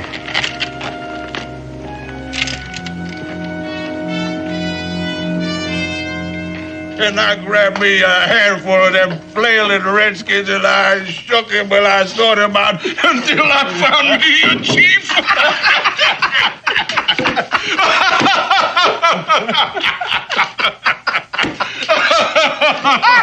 I tell you, that was just a funny thing.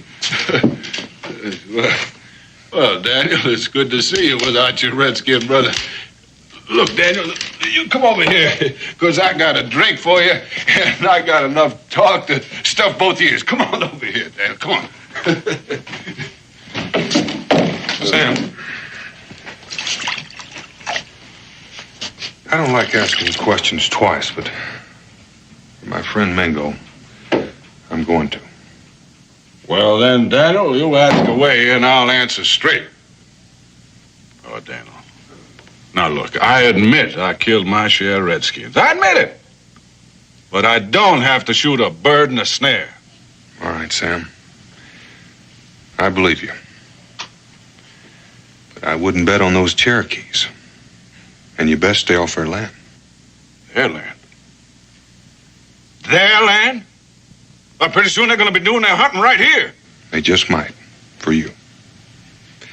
And my advice would be for you to stay put here in Boonesboro for a while. If you leave the stockade, you just might end up facing Mingo on his terms. Now, look here, Daniel. I ain't a man to live neath a roof or back of fences. And I ain't never curled my tail under for no man, and I ain't starting now. Besides, Daniel, they don't worry me none. Well, they worry me. Well, Daniel, for you, I'd dig a hole and I'd pull it in after me.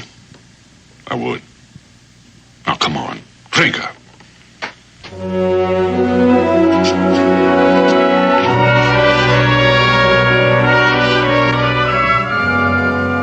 Good night. Good night. Now, you're gonna put this right over here. Oh, don't. Wait. And you are gonna get up them stairs right now. And you're going to bed. Now, go on. Go. Oh, you watch what you're doing. I'll do it. Well, then go on. I'll do it. I swear that man's going to get the best of me yet. Look at this. Look at that turn. Well, he's all yours. Much obliged. Becky's going to be expecting me. Well, I tell you what, I'll just walk you out to the gate.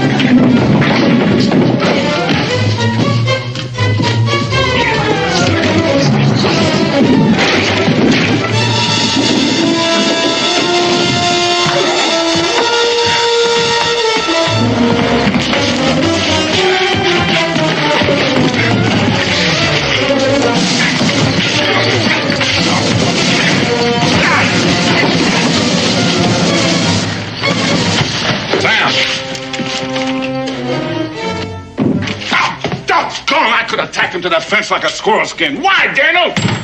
Doggone it! Now that engine is going to coil himself into some rock. He's just going to wait for me to come along. You know that was trying to kill me? They could have done that from the window. And there's no question about it, Sam. The Cherokee are bound and determined to have you stand trial. I'm going to tell you again, you stay put till I tell you different. You try slipping off, and you're going to find me harder than those Cherokee braves.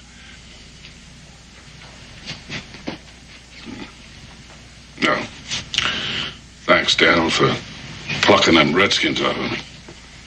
Let's return the favor, Sam. Well, reckon that little old bed's gonna sleep just dandy. That Hawkin fella. The next drink he gets from me is going to be turpentine. Isn't that what you always serve?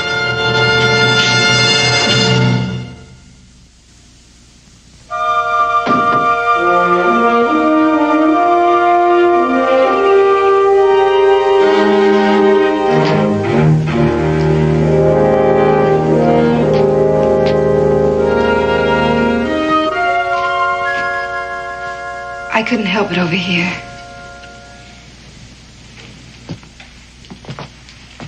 Dan, what are you going to do? Don't have much choice, Becky. With the Cherokee Council demanding that Hawkins stand trial. But they're already sure he's guilty. That's right. You can't let that happen. No, Becky, I can't.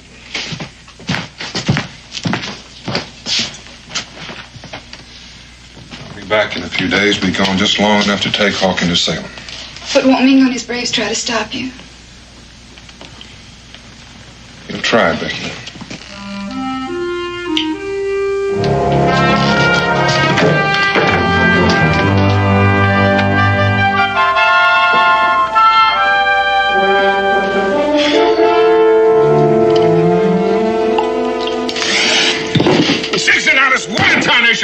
That tastes like you wrung out some moccasins in it. It's coffee with my own recipe for a whiskey aching head. What's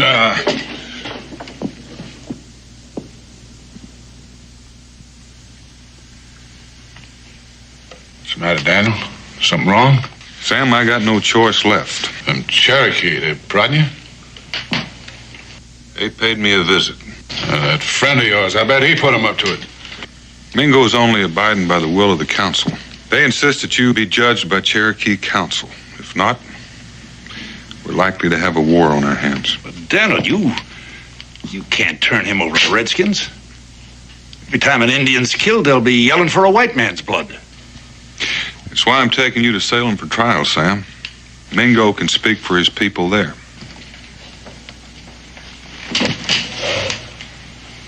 A court of law? Jail? Maybe. Till your trial comes up. Oh, Daniel, I lived wild too long to be caged. I like sleeping under the sky, waking up with the sun in my face.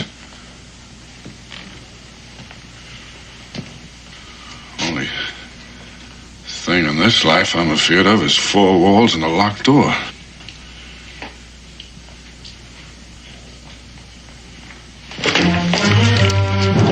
This way is easy on you, Daniel.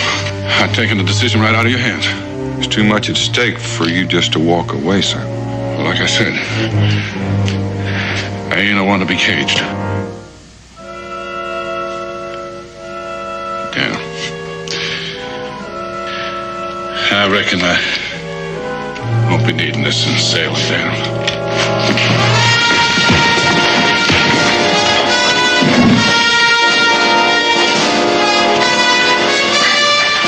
Sorry, Daniel. Kentucky's getting too small for me. Bye, friend.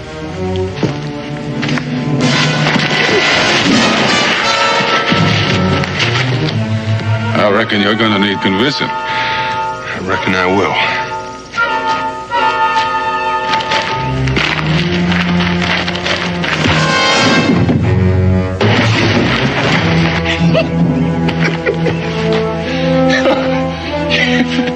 When there's one thing I can't do more than strong whiskey, it's a good fight. And I guess I found me one.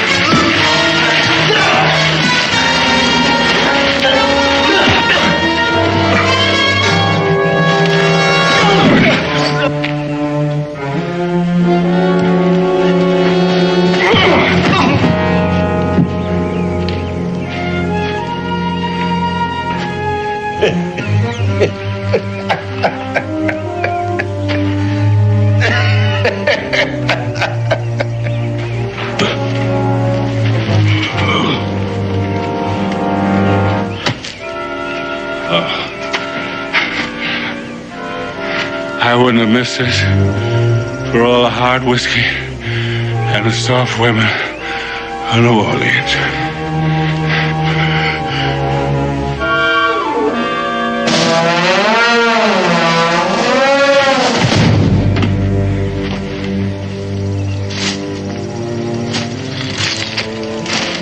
Hold up, Sam. You're gonna get your feet wet. Well, you're sure taking a roundabout way to lose that Mingo. It may not be the shortest, but it's the safest.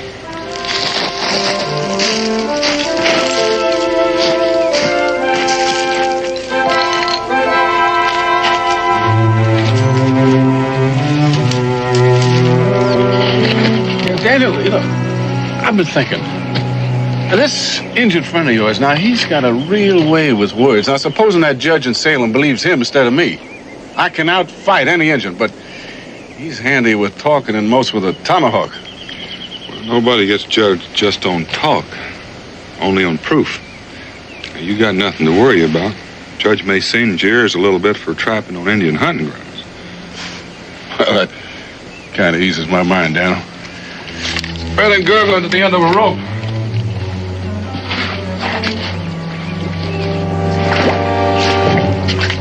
Down that rock.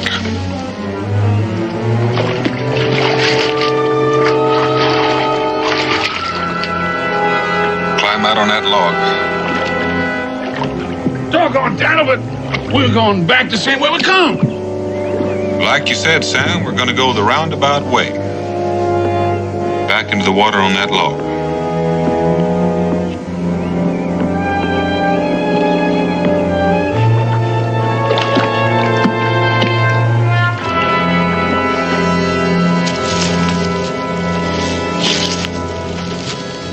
Daniel, you keep running me like this, ain't gonna be enough left of me to hand over to that judge. Thank you.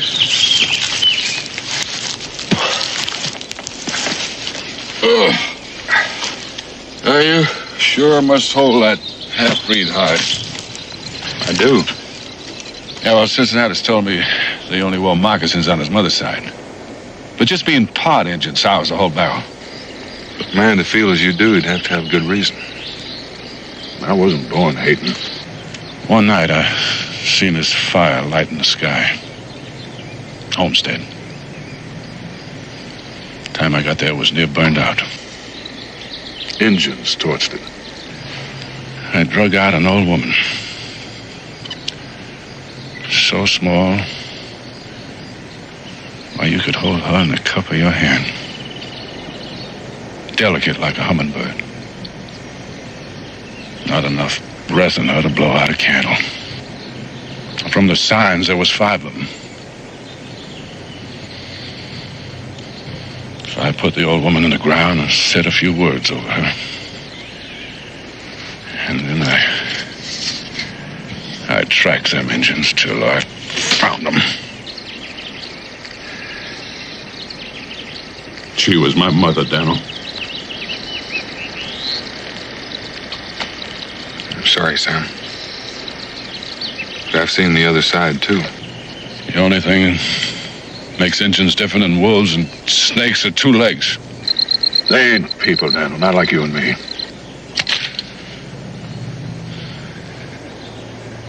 I'll stop hating.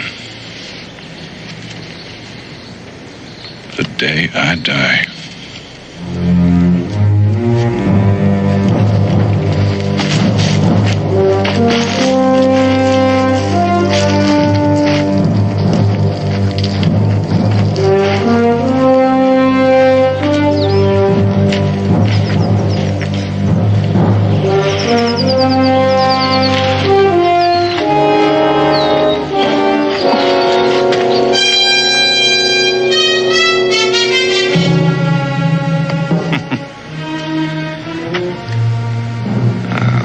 Upstream or down?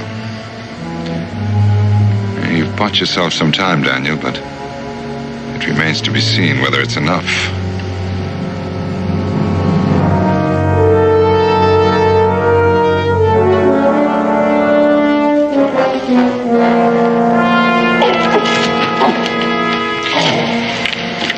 What's the matter? Oh, this here leg of mine, it keeps going bad on me from time to time. A couple of minutes and be fine.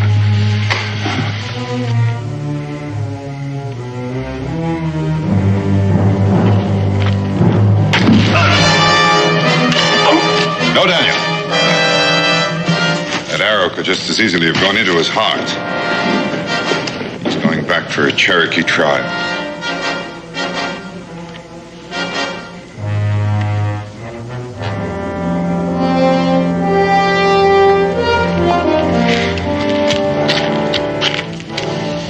Daniel, these heathens are gonna roast me like a slab of meat on a spit.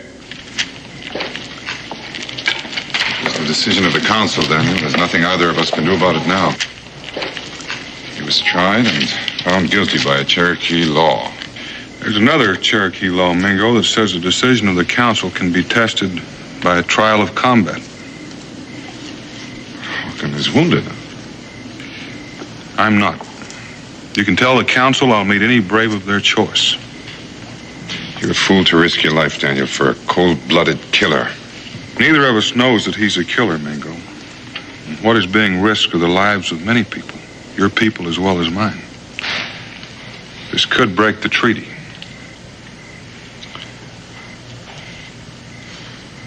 I'll speak to the council. The decision is theirs.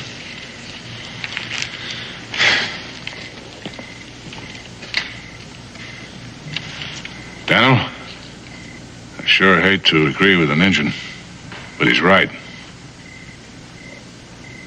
You're a fool.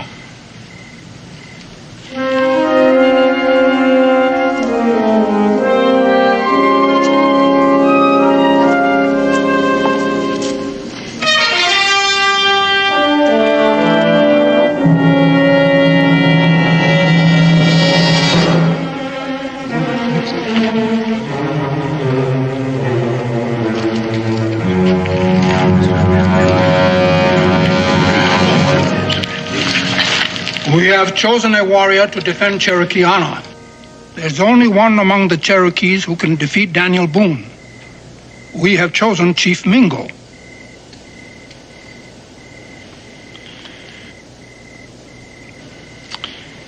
The council honors me in its choice.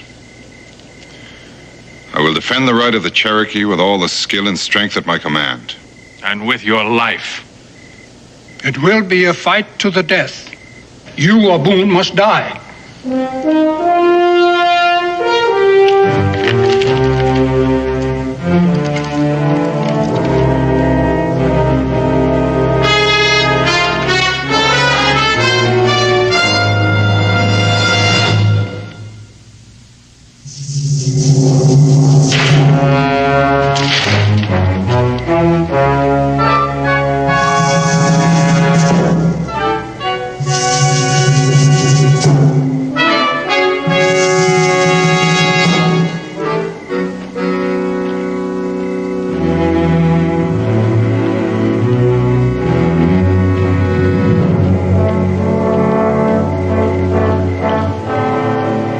Hits the ground, we begin. By the time it burns out, one of us must be dead. Or we both die.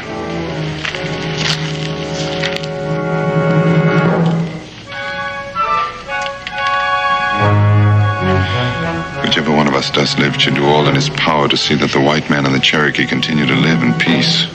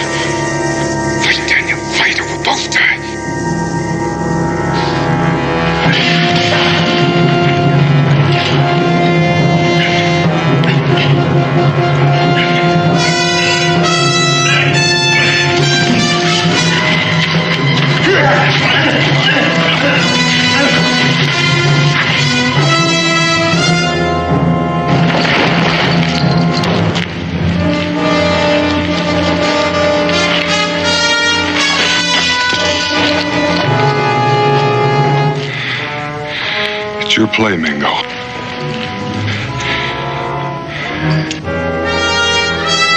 You'd best make it.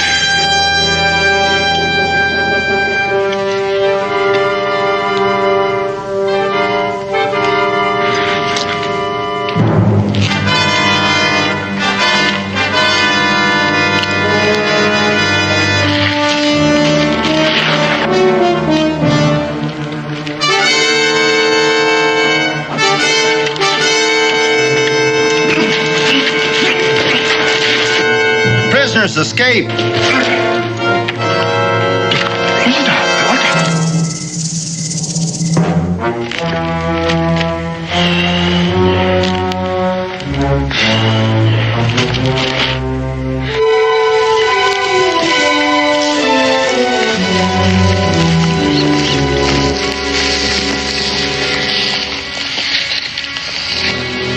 Heading for Shawnee country.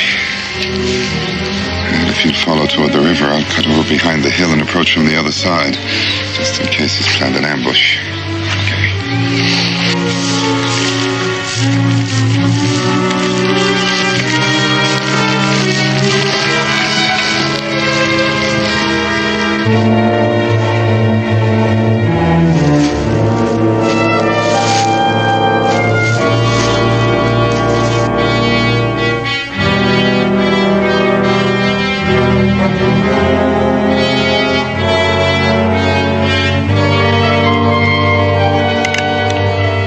Turn around, Daniel. Now, ease your rifle to the ground.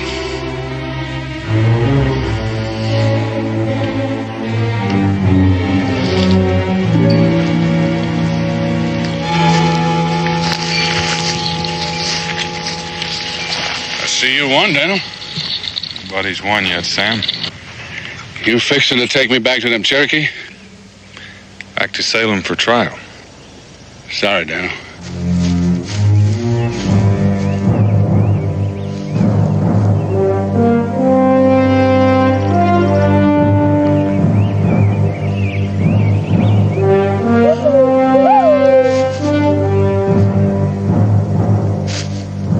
I was hoping you'd kill that silk-tongued half-breed. He's warning us. Shawnee.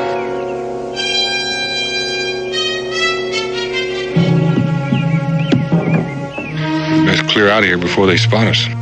Where to, General? Shawnee up ahead and Cherokee still making a dance around my ashes. I figure I'll take my chances with the Shawnee with a rifle in my hands. I'm beholden to you, Daniel, for saving my hide from that Cherokee fire. It ain't a man's way to die. At least a half a dozen of them, Sam. You're gonna need help. Yeah. Yeah, Daniel, together we can make them turn tail and run like squealing squaws. Fetch your rifle, Daniel.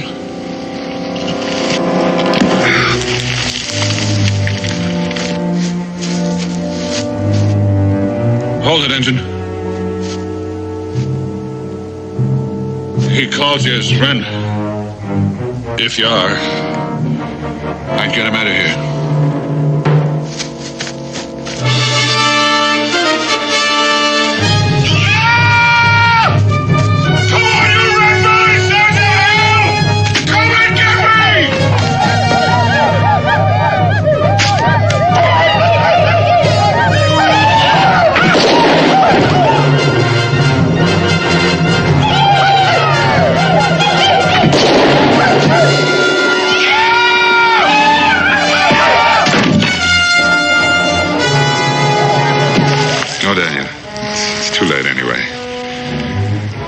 Life once, Mingo. He saved it again.